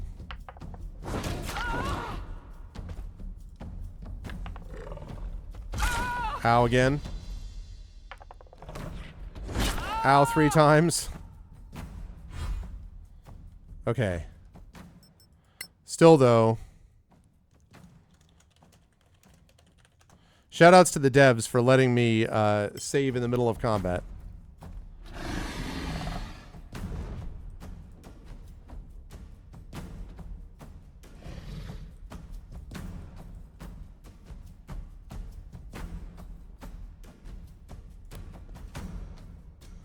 Why can I not attack now? I'm out. Oh, for Christ's sake. Unbelievable. All right.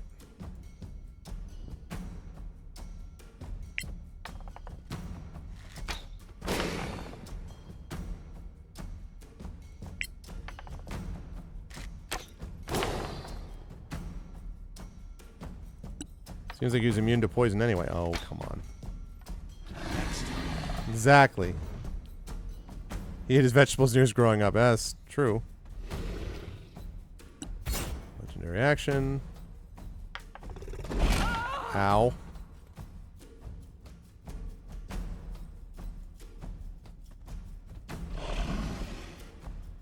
Oh, can I do the thing? I don't think I can. Let's see.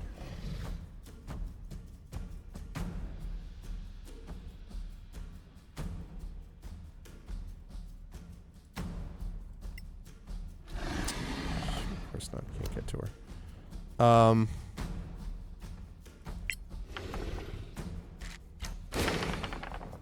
Nice shot.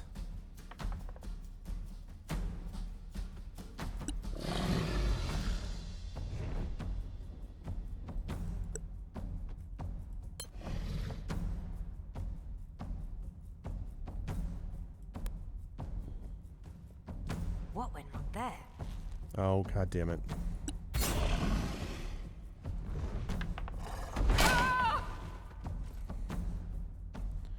Okay.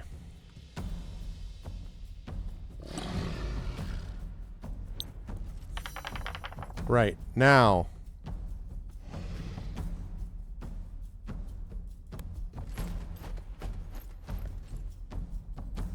Yep. I mean, you know, they're supposed to be, right? So I get it.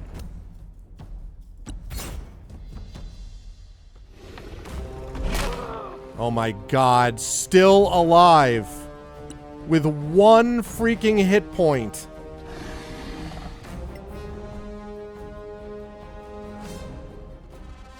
Marike, Evo, Cure.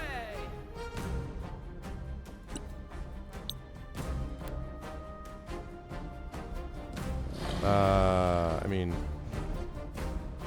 whatever. I'm using like.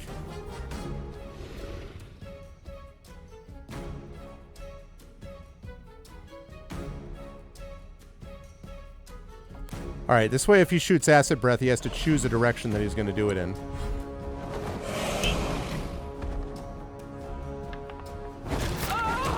How? With it.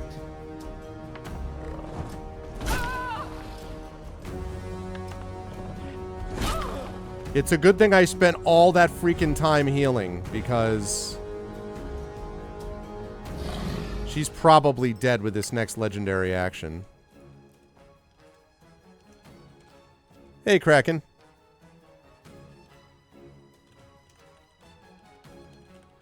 Yeah, he's like, deal with it. I'm like, Arv really, really unsure.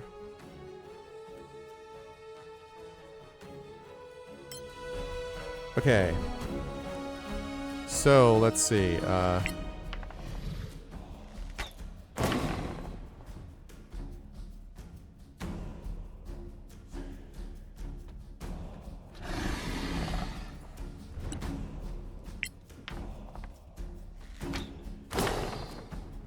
Okay.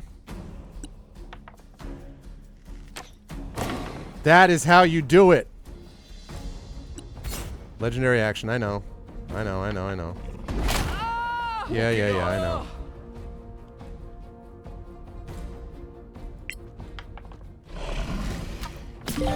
Booyah! Let's go!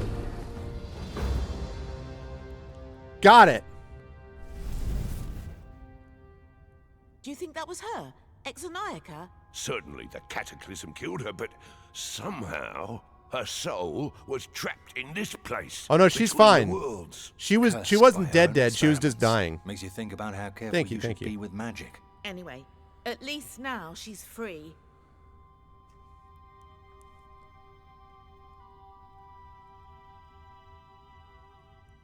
Okay. Let's see.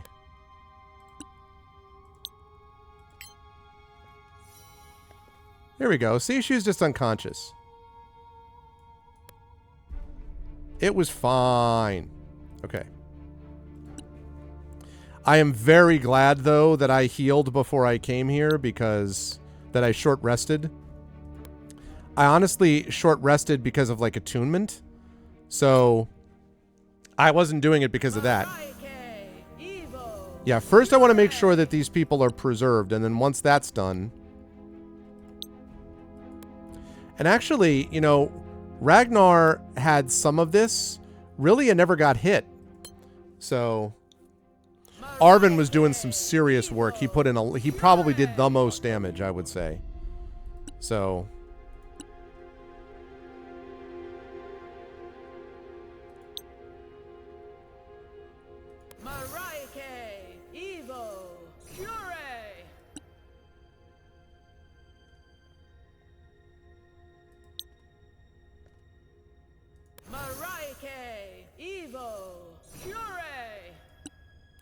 just in case. And I'm glad I picked up those extra healing potions, because that actually kept her alive for long enough, as I suspected it would. Even with another one of his legendary actions. Her being, that was a damage roll when she was down to 1 point. That was also fairly clutch. Also fairly clutch. Okay, I think I have a healing word, don't I? I do.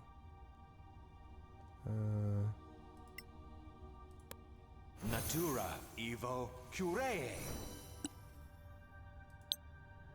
Natura evo curee. Oh, look at that. Everyone's fine. Absolutely no problems. Okay. So that was big. What do we get for it? A blood ruby, a cloud diamond, a life stone, a diamond. Oh, a magnificent outfit, flash arrow, and a long night poisoned arrow. Okay. Let's find out. I think I have an identify left with Carthia, so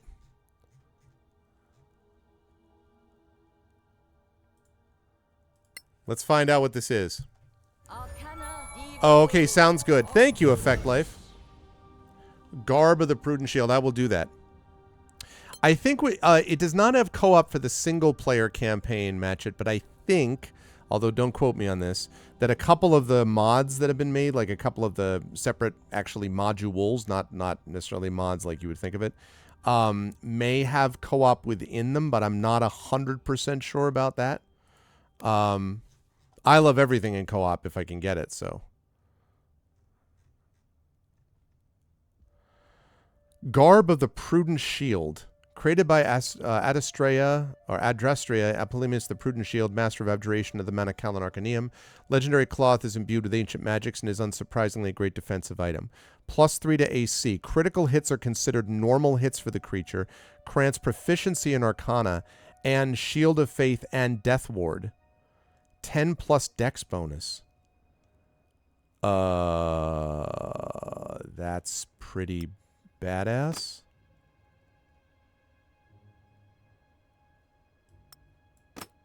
AC 18, AC 15.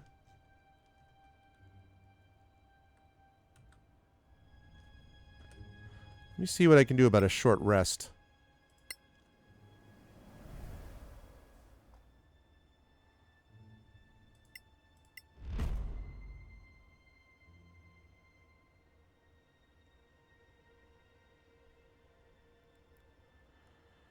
Hill Giant Strength. Close that for a second.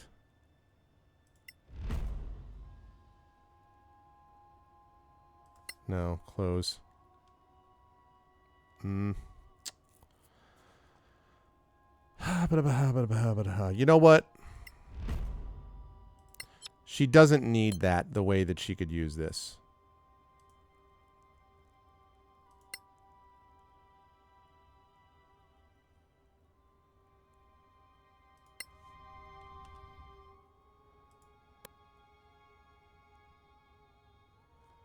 AC 18, okay. Oh my god, she's also very weighed down, though.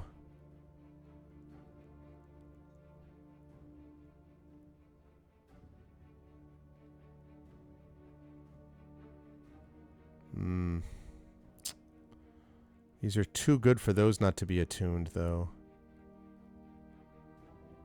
Oh, man.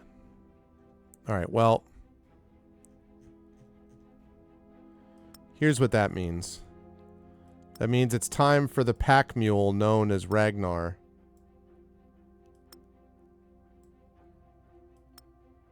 To do the job that no one else will do.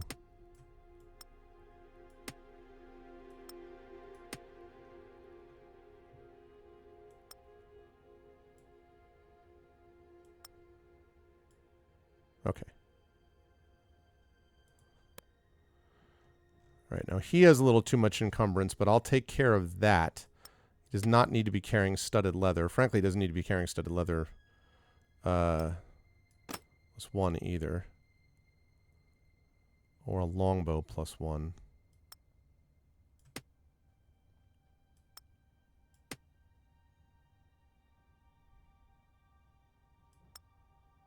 There we go. Because that'll get picked up by the scavengers anyway.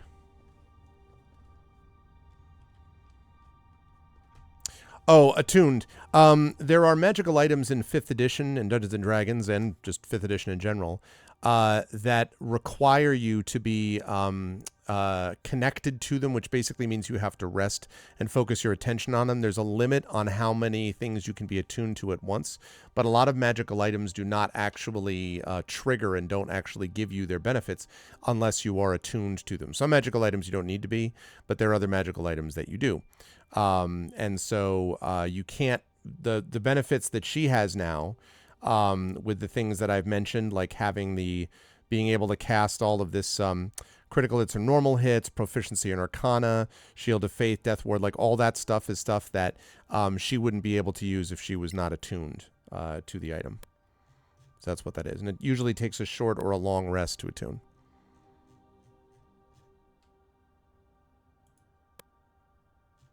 I sometimes find the 3-item limit a bummer, but I understand what it's there for. So, I keep forgetting about scrolls. I don't use scrolls nearly enough.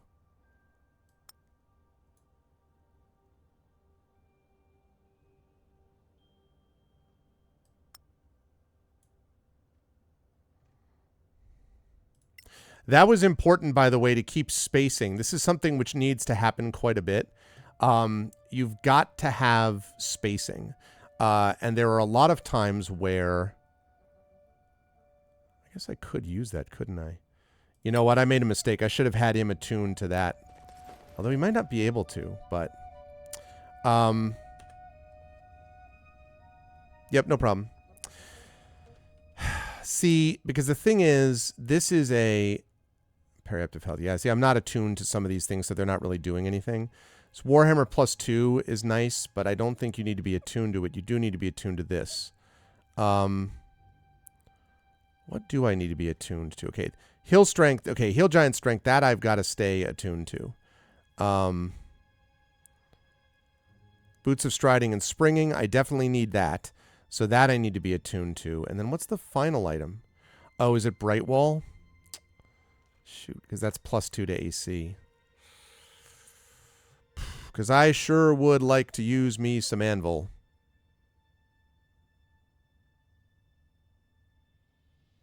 Have to have the Hill Giant Strength thing.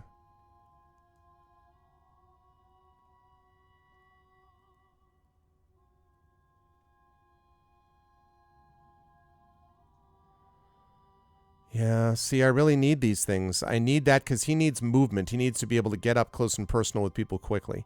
So I need that. I need this for the strength bonus. And I need that because of the AC. I mean, he's my literal tank. So, you know. That's too bad. Is that true? I don't know if that's true. So are you saying that I would still get the +2 AC? You know what? Let's try it, because if that's true, then that would be pretty clutch.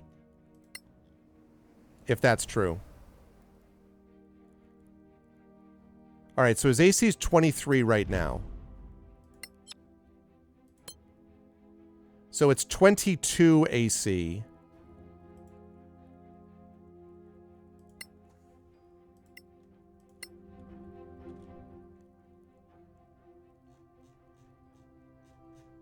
All right, so he's attuned to Anvil.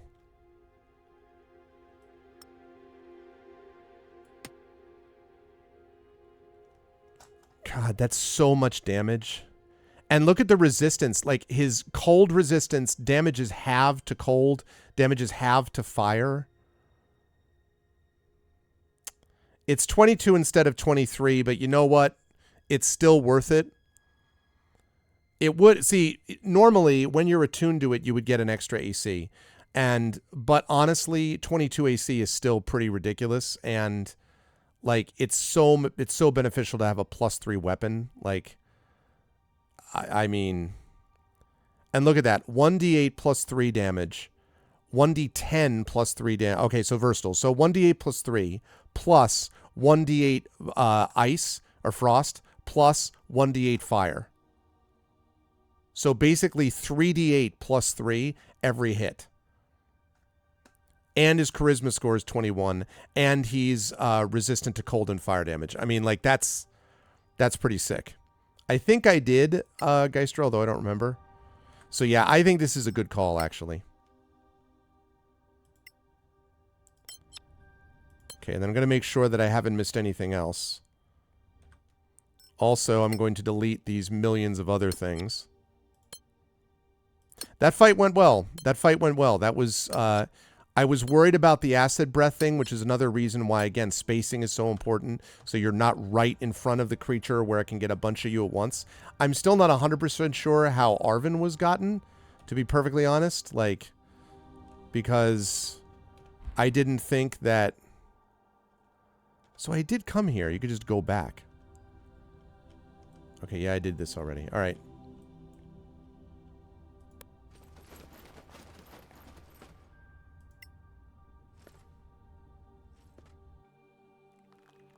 Still mean AC, it's very hot here. Yeah. True that. Okay, so we did that. So now that means we can return to Violet. Which is... No. What's the return to Violet one? There it is. Okay, square, circle, triangle.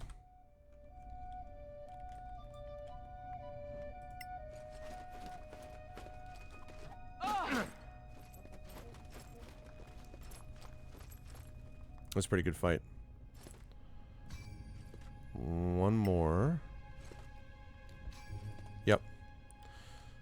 Square, circle, and triangle. I underestimated you. My apologies. This should make it so I can get back to Violet's directly. Yep. That's the one.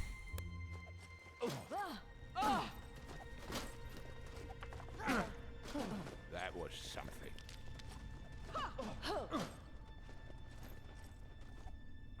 Yeah, so see, she has to do an athletics check now because her strength is not as high as it was. It's still worth it. She is more of a finesse character anyway, quite honestly, so I'm not too sussed about that. Okay. Let us go to Violet's house. And give her all of the info that we got. And boy, did we get info.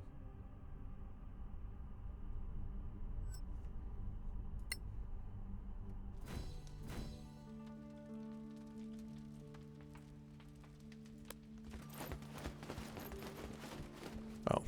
Hey, you're back. Yeah, we are. So, how was the trip? Unbelievable. You're gonna love what we found there. Oh, well, don't keep me in suspense. Exonica definitely traveled to other places. Other worlds, even. Dear Mareike, did you find any writing? Of course. It's here, all in Draconic, encrypted. Oh, by the way, we found Hector. God, I almost had forgotten. So what about my theory? He was a Sorak for sure. Ruad owes me 100 gold pieces. He had a bunch of notes on him, also in code. They list Sorak infiltration plans throughout the whole of the Eastern Kingdoms. Really? We must tell the authorities. Some of them might still be active. High Rock?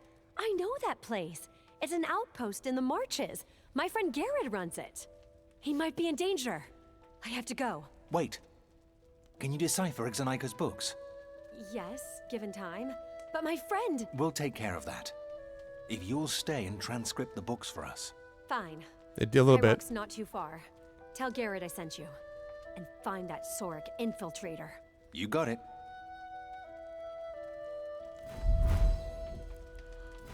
Okay, warn Garrett. Okay.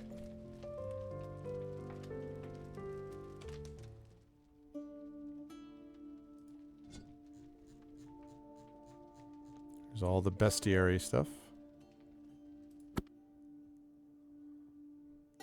This Kutkardal wasn't bad. I need more information about it, but it was resistant to a lot of the damage that was being done, which was nice.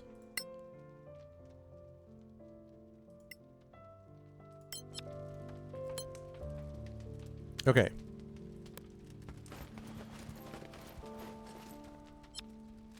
Yes, indeed. Should bring us outside. Then we can use the travel map. Yeah, everyone's giving out quests. I know. That is a good point. Oh, they were right. It was not too far. One day. One long rest, which I'm going to need anyway.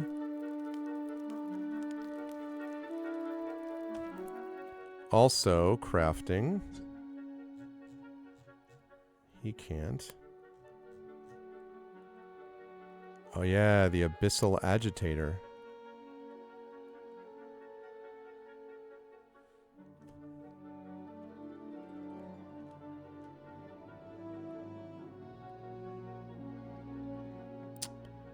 A little nervous about doing this.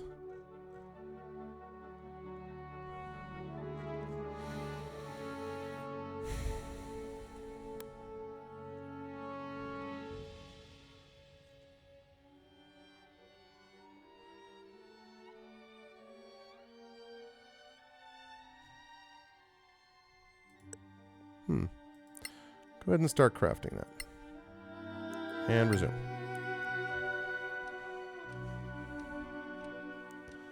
The power of food with Goodberry.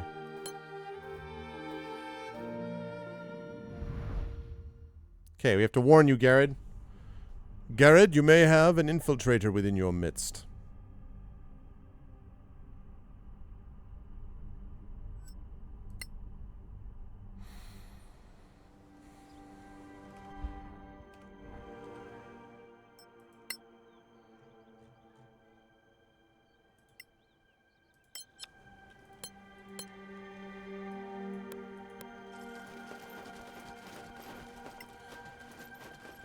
Hello, we've arrived. You have a deceiver in your midst. What's up?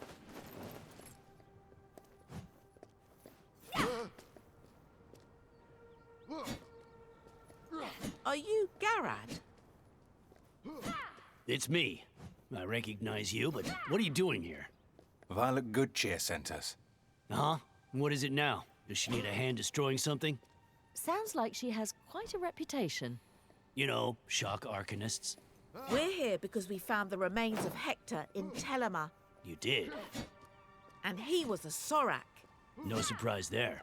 We found documents about his plans, including an operation in this very castle. Sorax. On my watch. Impossible. That sounds like something a Very good at Sorak making would say. people think that. You're the experts. What do you propose? If you'll allow us, we'll conduct Just kill everyone in the entire investigation. castle, and then it'll be fine. Yeah, but don't forget, these people are fighting for the Principality. So don't go throwing accusations around lightly. Of course. So, how do we proceed? This weapon Exonaika made, it's got me thinking. The Sovereign? Yes, it allows us to use true sight. What if it could reveal a shapeshifter? It's worth a try. That's absolutely what we're going to Hey, do. we have a new letter from Marshal Sunblaze. All right, Marshal Sunblaze, what's your newest thing?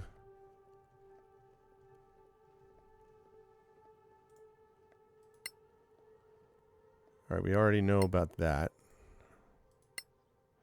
Dear friends, I was surprised to hear from Master Goodcheer on your behalf. She told me you were tracking demons, which is a worrying prospect.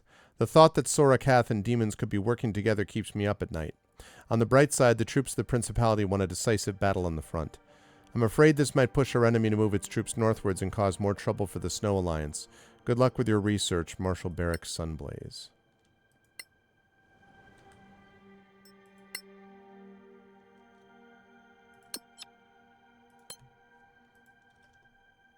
Arv in High Rock. Yeah, exactly. Exactly. Yep.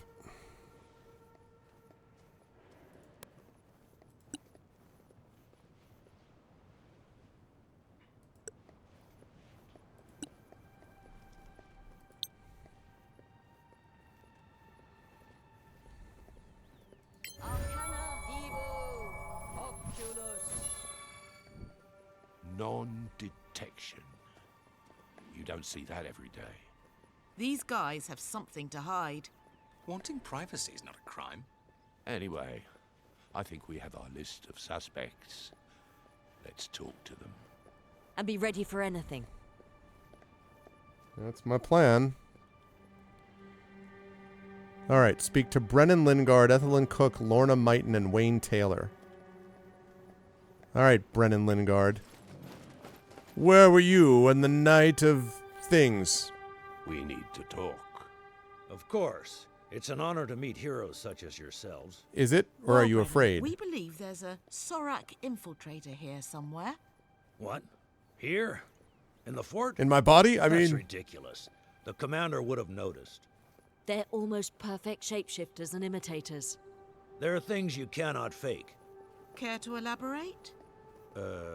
No. If you suspected someone in this garrison, who would that be? What? No, I can't do that. If he hears about this, he's gonna hate me forever. Ah, so it's a he. What? No! Come on, you've already said too much. All right, fine. But it's just, the man's weird, that's all. Name? Wayne Taylor. He acts strange sometimes. Even his name Sorak isn't spelled right. infiltrators don't normally make that kind of basic mistake. See, I'm bad at this. We'll come back to you. That's something a Sorak would have said. All right. Wayne Taylor. He says you're weird. Are you Sorak weird? Hey there. Clear skies, soldier. I'm Clear Wayne skies, Taylor, Sorak. crossbowman. We're investigating a possible Sorak infiltration. We heard you were weird. Sorax? Here? That's a strange notion. You know they can shapeshift into anyone. Mimic them. I know what a Sorak is. So, You could be one of them. I suppose so, but I'm not. Is that really how you investigate people? Just ask them if they're Sorax? Yeah, I was wondering about that too. That's only the beginning. We've unmasked a lot of them already. Yeah, I've heard about the things you've done. You don't seem too impressed. I'm just a simple farmer's son. Not like all these rich people and city types. Fireball from Do you orbit. resent them? Sometimes. They don't like me. And if you had to say, who do you think would be the traitor? Brennan, right? Don't know. Lorna? She's a real bootlicker. Brennan, maybe. He's hiding something for sure. Could be anyone. Except the commander, of course. Understood. Probably the commander. Thanks for your time. All right, Ethan Cook.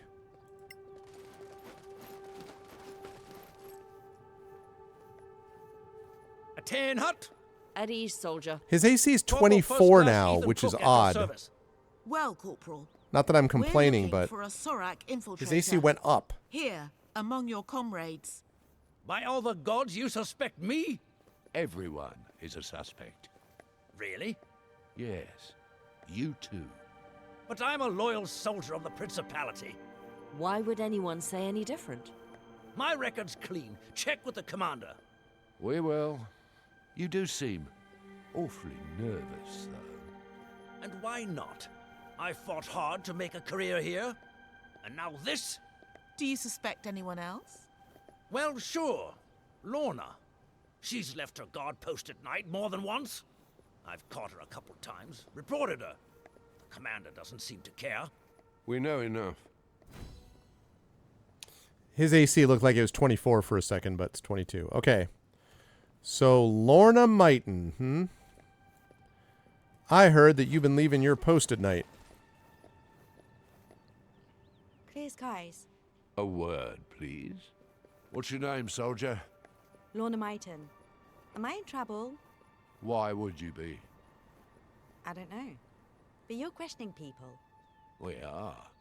If there's anything you want to come clean about, now's the time. I've nothing to say. We will find out, eventually. Did you notice anything strange recently? Strange? Like what? Maybe one of your comrades behaving in a strange way? You leaving your post? Not that I can remember. No, I don't think so. You're not exactly helping. You're not exactly being clear about what you're looking for. A Sorak infiltrator. Blessed Marike! You think that's what I am? Possibly. That's preposterous. So, is it someone else? We're done here. Well, I don't know what to think. We have some possible suspects. Let's go back and put some more pressure on them. Do you think we have enough evidence to accuse anyone? We should search the place. There might be some clues. One of them is definitely a Sorak. Let's not be shy about it. Feels to me like she's being too obvious about it. Like, no, I won't tell you anything. And you're like, what?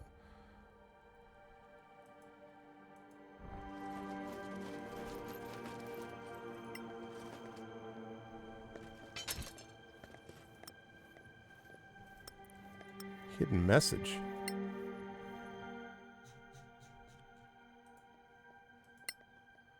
Operation canceled. Stand ready for further orders. Interesting.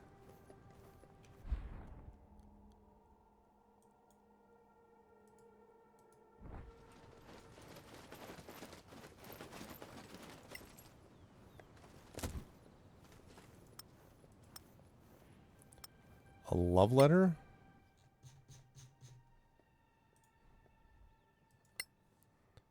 Yeah, seriously. I miss you already. I know this is crazy and dangerous, and if the commander finds out, he'll be mad at us, but I can't stop thinking about you. Meet me tonight at the stables. I love you, Lorna. Okay. So I'm guessing it's not Lorna. But I might be able to get some more information from her. So I'm going to save it. Let me save it in 2 spots.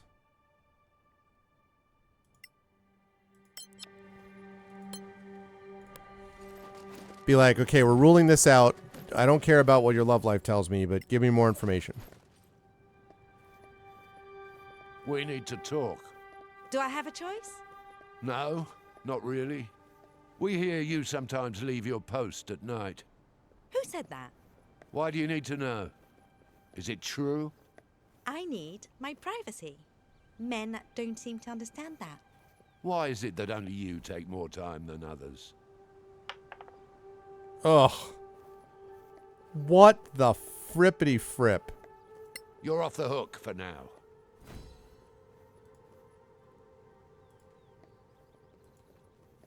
Okay. We're reloading this. That's ridiculous.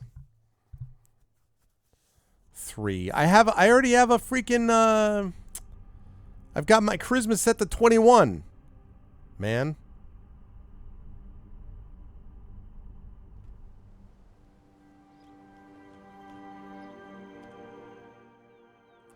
Look at that 21 charisma.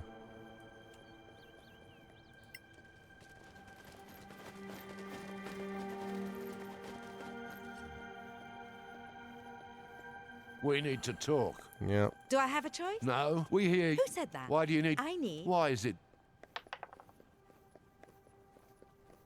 Come on. We've caught you out. I'm sorry. I know I'm weak. It's so hard here. So lonely. I know we're not allowed to fraternize, but I can help it. What? It's Brennan. We see each other at night when we're on duty. Ah. So, that probably also rules out Brennan now that I think of it. Let me turn on the lights in my office.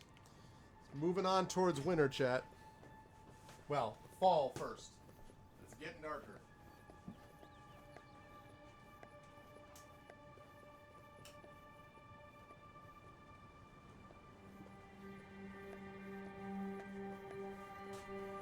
Interesting, interesting, interesting. So, Brennan. You've been sneaking out, have you?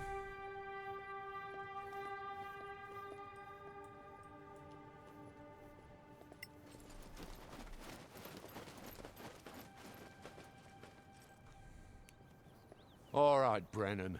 Spit it out. What? I'm not a Sorak. You're definitely hiding something. We know that for sure. But... Fine, fine. But please, don't tell the commander. Speak up now. It's... Look, I'm having an affair, okay? What? With Lorna. We sneak off into the stables whenever one of us is on guard duty. Honestly, we only leave our posts for a short time. A very, very short time, I'm sure. Damn. I know Wayne suspects us. Already you're an embarrassment to your uniform, but you're probably not the one we're looking for. Okay. So... Wayne and Ethan.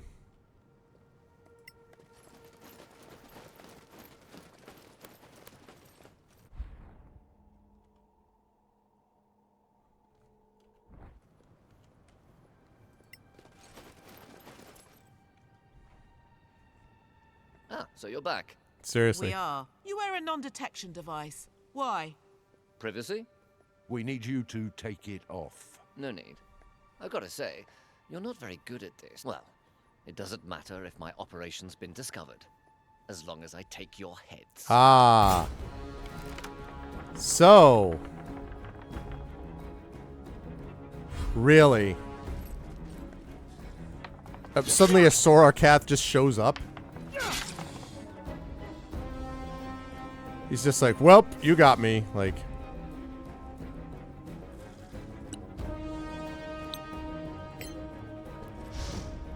Oh, come on, dude. That's the way.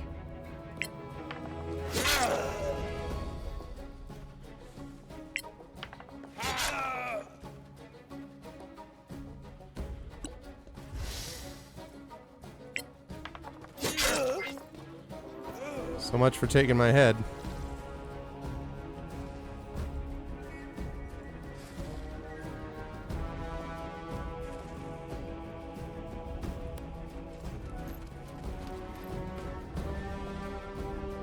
Oh, you had the Amulet of True Seeing on, really?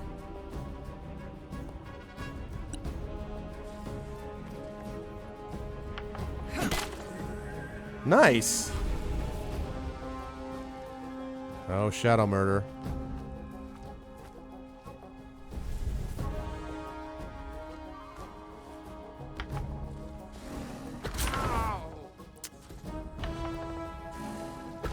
Miss.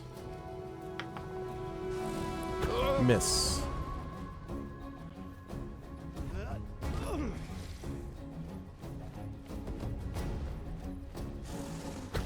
Not sure why you did that.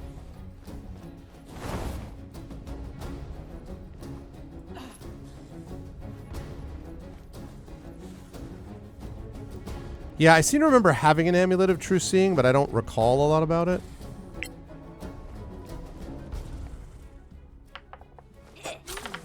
Touche.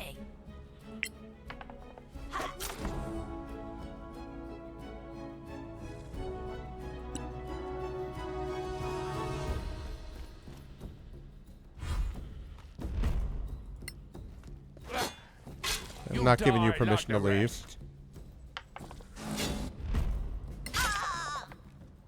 Uncanny dodge. Ow.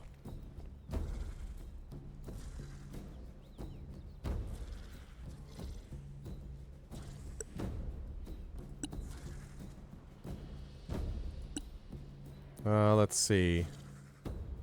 Let's cast...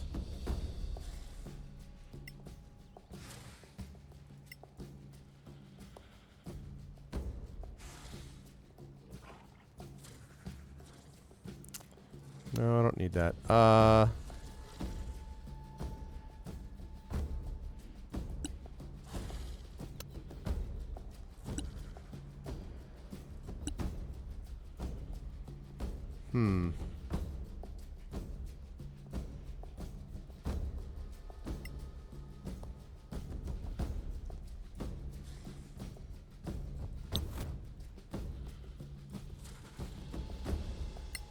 Let's conjure a Melek, shall we?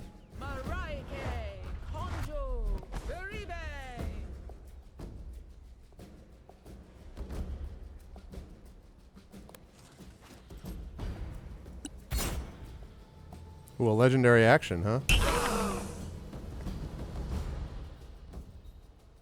What the hell was that?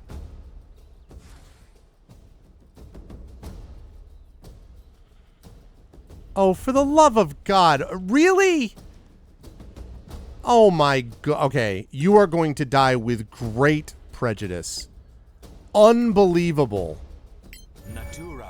Oh my God. I can't believe that. She lost concentration, so already it's gone. Like, really?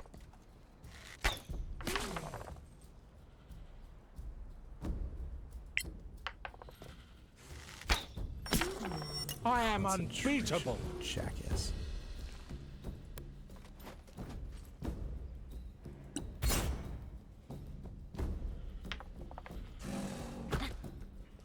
Jerk. Didn't even get to see him used. I've got to get her something at some point. She loses concentration all the time.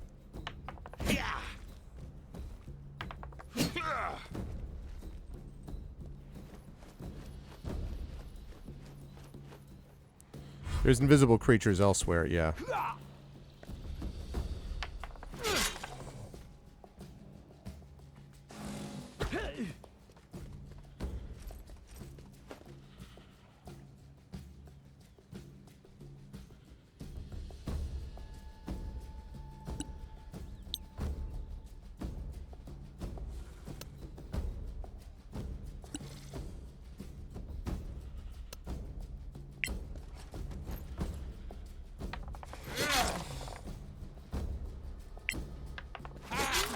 Jerk. No quarter given. Didn't let me use my awesome summon thing.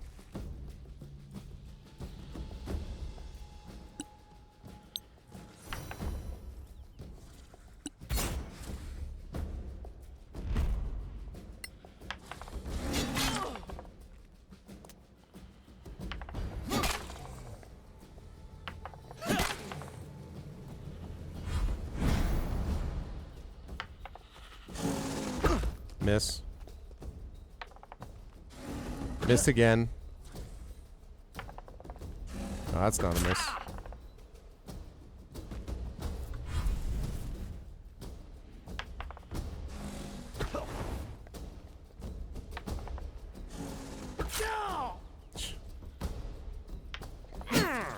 Oh, come on, guys. Ugh. That's okay, but... Nice. That's more like it.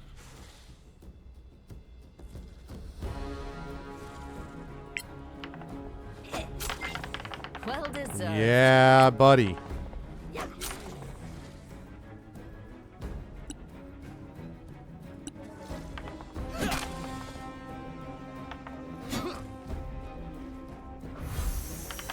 That's so annoying.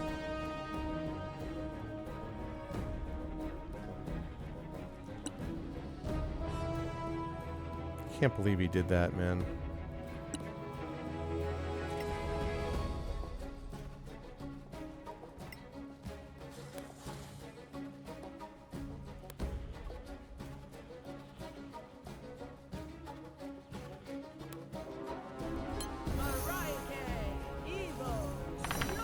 Thanks.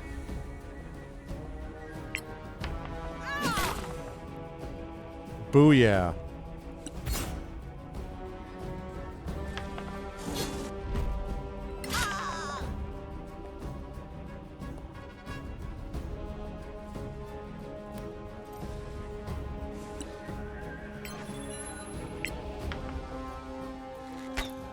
Good night, jackass.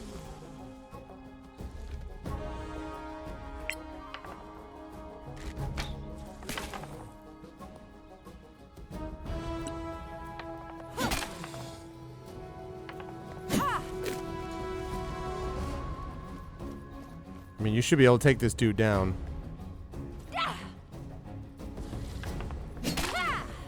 Okay.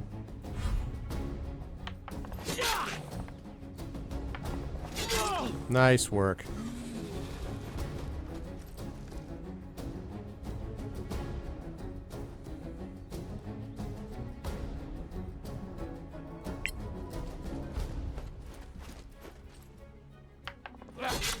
Nobody has your skills. Bravo. That's it.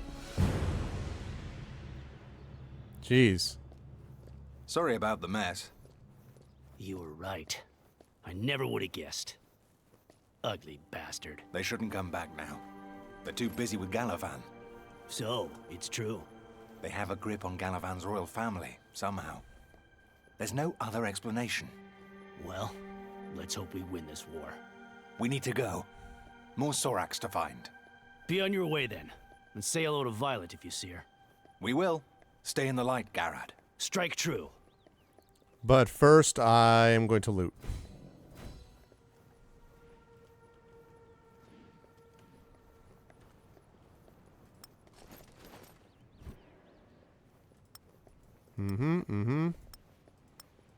Right, yep. Right, yep. Yep.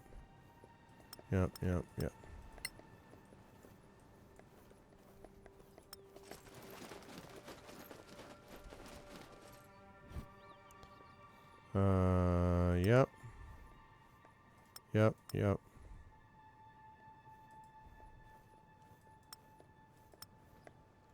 Amulet of non-detection can be usable if I'm still the one using it.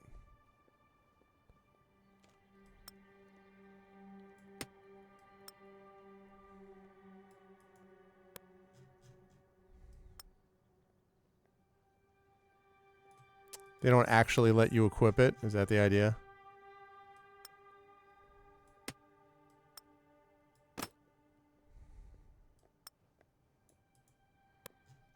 And I gotta heal up Carthia. Well.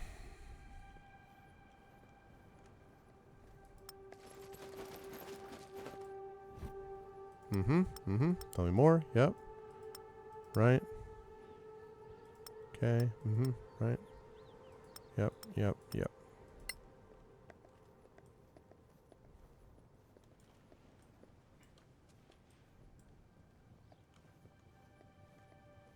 Okay. So now you can heal.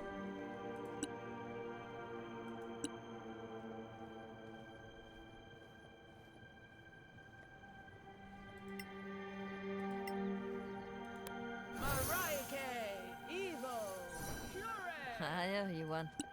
Let's do that again. Second verse, same as the first.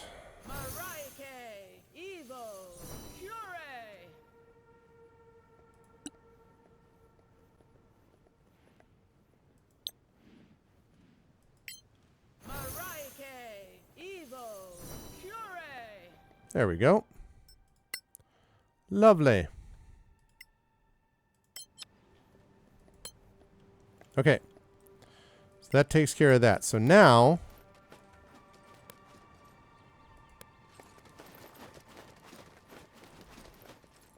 we're on our way. I mean, frankly, there were too many like regular guards there to be really worried about what the Soraks were going to do. I mean, I was never that concerned about this area given how many people were there.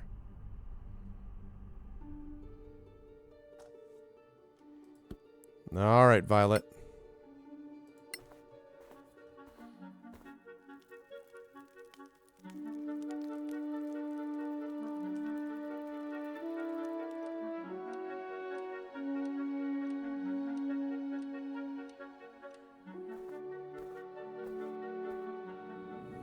Okay.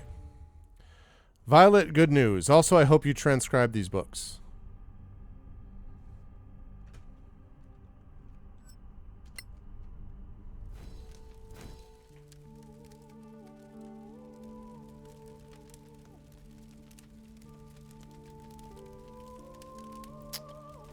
Okay, good. For a minute, I was like, wait, did she leave? How did it go? You were right. One of Garad's troopers was a Sorak infiltrator. Sweet Mother Maraiki, you killed it? Yeah, I killed it. We did. Garad sends his regards. That's good. Now, I've made some progress on Exanika's notes. You haven't finished? You didn't exactly leave me a lot of time. Though I'm glad for Garrett, of course.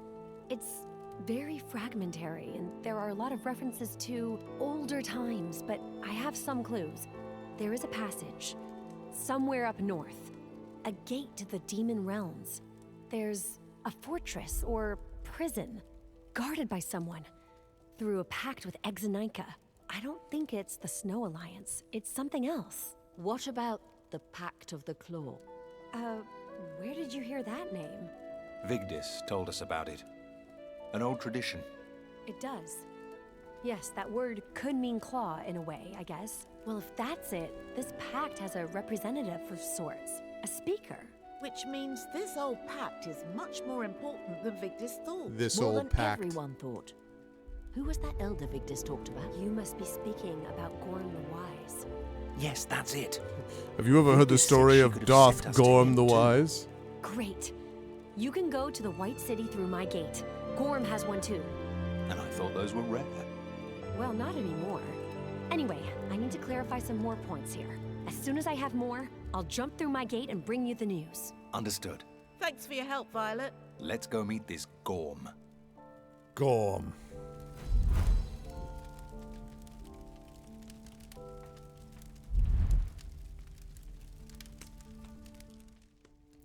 Hub for all the Snowlands clans. Reach the city to continue your investigation. Okay. Well along the way to level 14 also.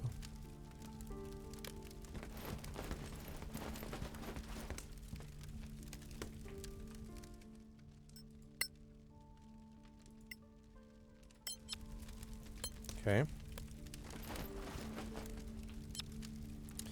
About to leave the current air proceed? Yes. Please do. Oh, wait. I think I made a mistake there. It's a bit cold, isn't it? Reach Valkaruka Ruka Bugga Bugga Blukka Blukka Boom.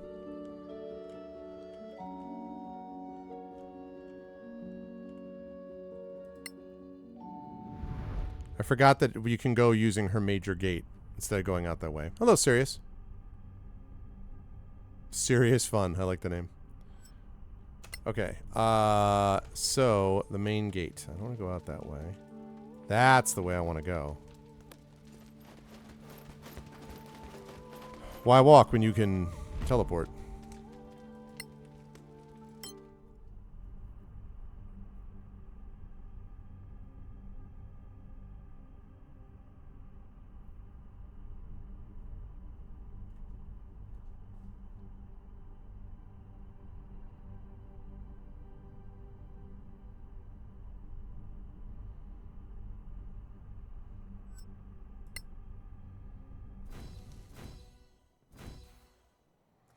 Talk to Gorm the Wise. Clear skies, sir. Are you Gorm the Wise? Have you heard the yes. story? The heroes of the Rift. My eldest daughter had quite a few things to say about your stubbornness. Your daughter? Indeed. She represented the antiquarians in the Legacy Council. Oh. Before she left. Only to supervise our war effort, since the Alliance was drawn into the fray. Anyway, Lady Kaikonen told me what you're after. Demons. And yet you come from Master Goodcheer's laboratory. We learned a lot about Exonica the Traveler. The Manakalan Master, yes. That's her specialty, not mine. Tell me more about this speaker. What is the speaker in the Pact of the Claw? It seems to be an honorary title. Nothing about being a guardian of something. The original term for speaker is an old-fashioned Dwarven. It can be interpreted in various ways. Keeper, father, leader. Although, despite the claws being transmitted through the years, no speaker has been chosen for hundreds of years. It would require the 5 clan chiefs to join here and take a vote. Here in the U.S., we just expel our speakers. A little bit of timely political commentary. What can you tell us about the Pact of the Claw? Since Lady Kaikonen told me about it, I reopened a number of books. This pact was sealed even before the Cataclysm. No wonder it has faded in our memories. Indeed. I'm just starting to rediscover it. I need more time. Just realized I had my GOG alerts off on this page. All right, so tell me about New Jack City. Navigating the White City. You should just know that it's a time of unrest. Refugees from the north are flooding the gates. What's happening? I have no idea. They're fleeing something. You've been a great help. We believe that the Pact, Exonica, the demons are all linked. And you worry about the Pact not having its speaker? You said the 5 clan chiefs need to choose one. Yes. And it will require the heroes of the Rift to reunite these 5 individuals. Oh, well, that's me. They're all stuck in their own clan's problems. I haven't seen them here in years. Maybe. But if we're right, without a speaker, their problems will become much worse. Where can we find them? I suggest you try to meet their representatives in this very city. Then you'll see how hard your task will be. Can we count on you to continue reading your books? Of course. I'll send for you as soon as I find out more. Thank you.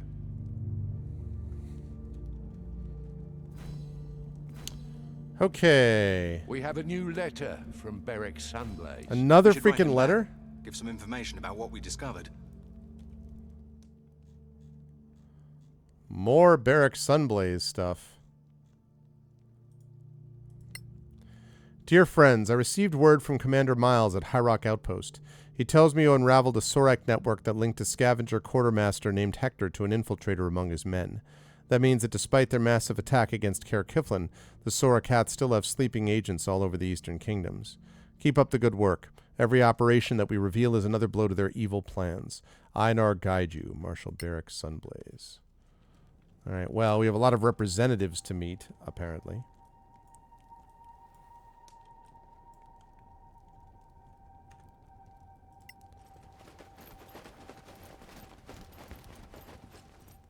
See if I can at least get to where I'm going before I have to stop.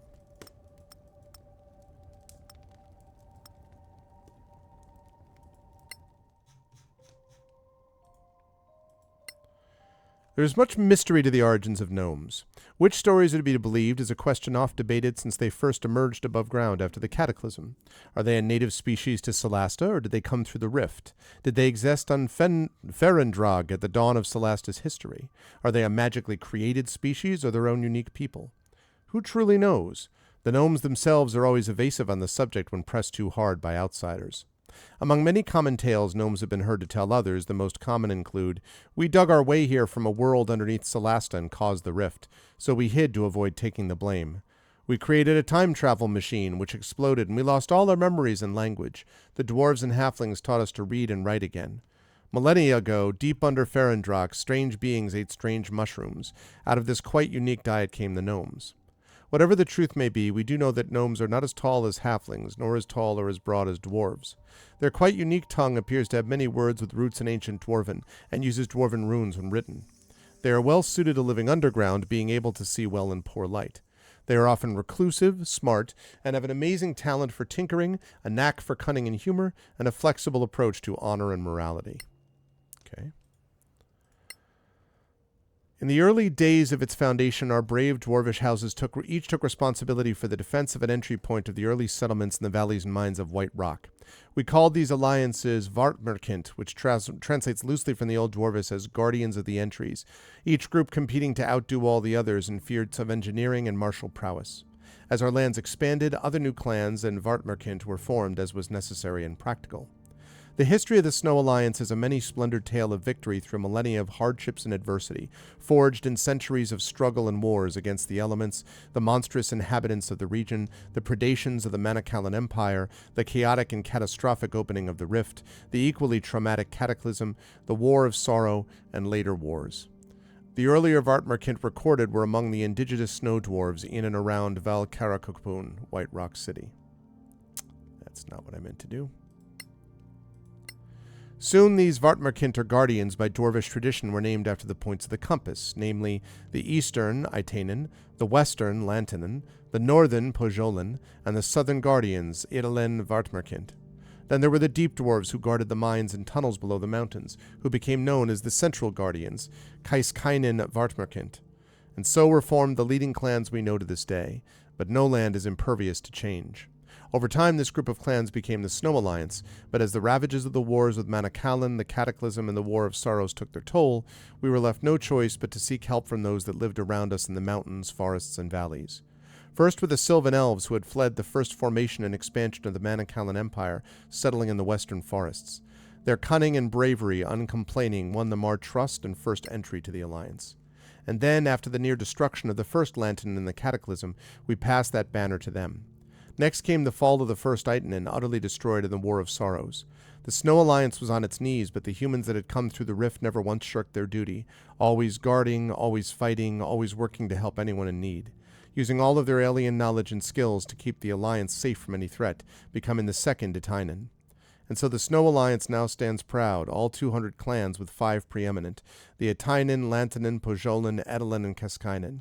These 5 are now known as the Pact of the Claw. Why the name? Someone seems to have torn out a large number of pages here. Interesting. Okay. Drop. Drop. Okay. Interesting.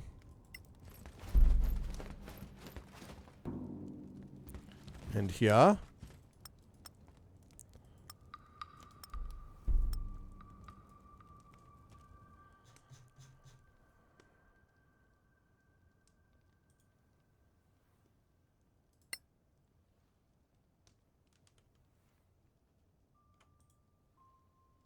Oh, okay.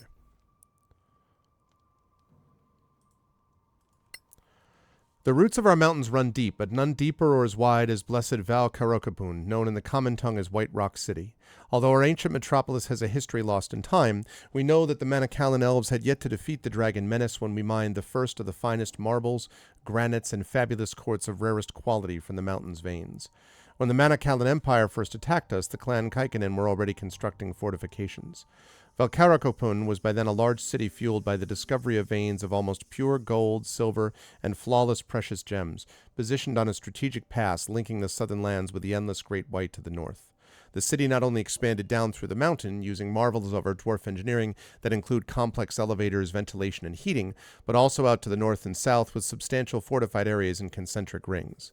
Since then, the Kaikkonen, or the Kakkonen, now known in the common tongue as the Kaikkonen, have built ever larger, more complex fortifications and many technological marvels within. This impeccable dwarvish foresight has allowed us snow dwarves and our allies in the Snow Alliance to protect our ever-growing wealth from outsiders as we mine the fabulous mountain depths. It's like a tourism brochure. After much research, it's now known that tieflings are not, as had previously been rumored, from the western kingdoms or from another continent.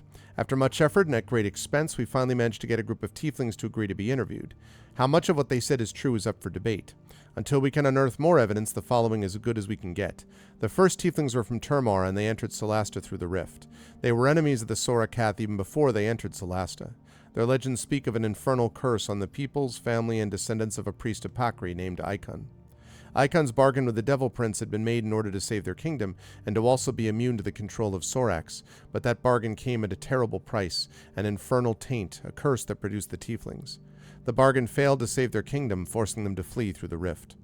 In the centuries since the cataclysm and the closing of the rift, the tieflings have had to live in hard-to-reach places, hiding in the darkest dens beneath cities and in wild, out-of-the-way places. Always outsiders, treated with great suspicion by native Solastans and humans alike. Some say that lack of faith is deserved, and that no creature that has an infernal taint can be fully trusted. We shall let the reader decide the truth of that. So, we got all the demon things going on. Alright.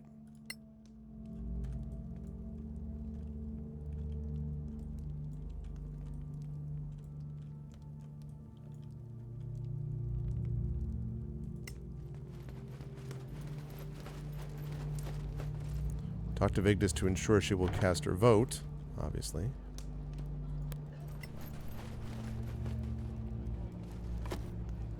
Yep. Okay.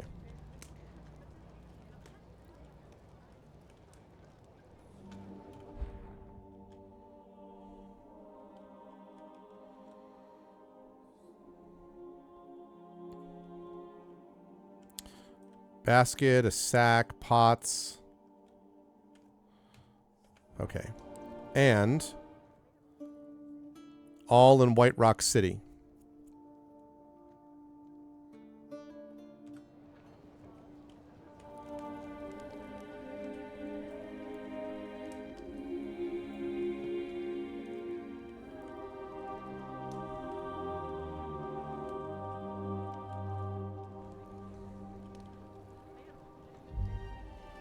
Are they in White Rock City, though? Looks like they're up.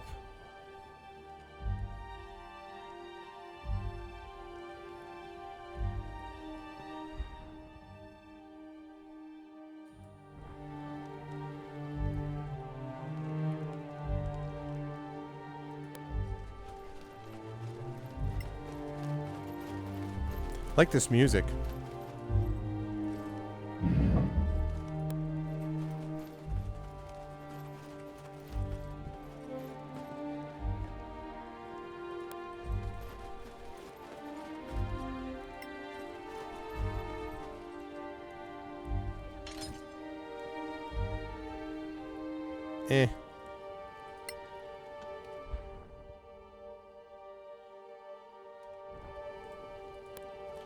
So that looks like I'll be able to reach them inside here. Is what it looks like.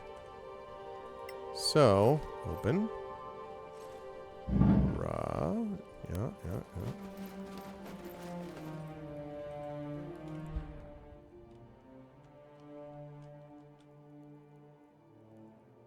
Okay, and now we've got the oh my god. We've got the central clans. We've got...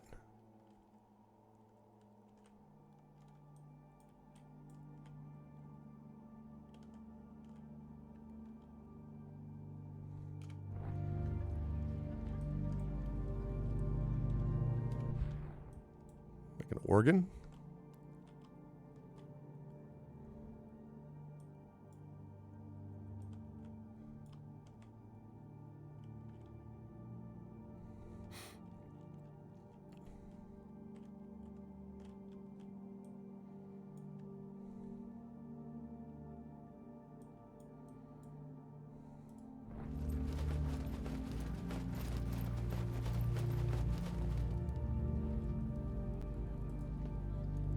You just got here yourself. All you really want is a stash chest.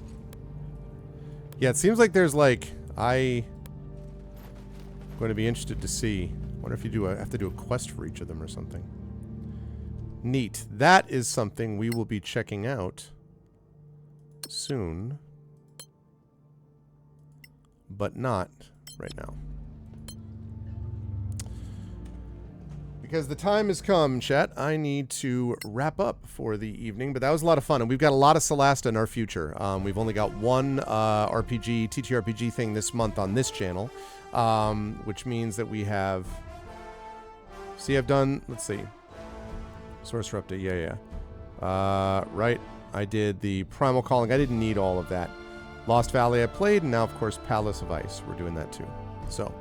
so we only got Talisman Adventures this month, which means that in a 5 Tuesday month, we're going to get a lot of Solasta in. We'll have more of Solasta next week, although next week it will be noon Eastern instead of 4 p.m. Eastern, but I'll still be getting in more sessions. And by the time I'm done with this, I should be over 100 hours on Solasta with all said and done, so it'll be good. So this was great. I had a good time, and I hope you folks did as well. And if you did have a good time, I hope that you will consider following us here on GOGcom's Twitch channel. I hope you will consider, if you haven't done so already, subscribing to us here on GOGcom. And I hope you will consider as well clicking through to our individual channels, because we have our own individual subsystems and Patreons and all that good stuff that you can check out as well. I will be back on my own channel Friday playing a little bit of Starfield. Can't talk about what particular platform may or may not possess that. So, just Starfield, that's all. And then Saturday, I'll be playing some Expedition from the Mysterious Peaks. And if you like the Final Fantasy Magitech kind of fantasy science fiction mashup stuff, and you're interested in a strange new world, this is the TTRPG for you. So you'll definitely want to check that out on Saturday. And then I'll be back here next Tuesday, as I say, at noon Eastern for Pen and Pixels, episode 394. We're closing in on episode 400 of Pen and Pixels, which is hard to believe. But next week, Tuesday at noon Eastern, playing more of Solasta and Palace of Ice. So that'll be happening over the next week. So you can stop back here for that. Otherwise, Kilgore Trout is going to be on in a few hours playing Elder Scrolls 4 Oblivion, so you should definitely make sure that you're around for that if you are interested in some Elder Scrolls lore. That's going to do it for me, though. Thanks, everyone, for being here. Had a great time. I'm looking forward to more of this game and looking forward to hanging out with all of you. And so, as I always say, everyone, please be good to each other, and I'll catch you all soon. Thanks for tuning in. Have a good night.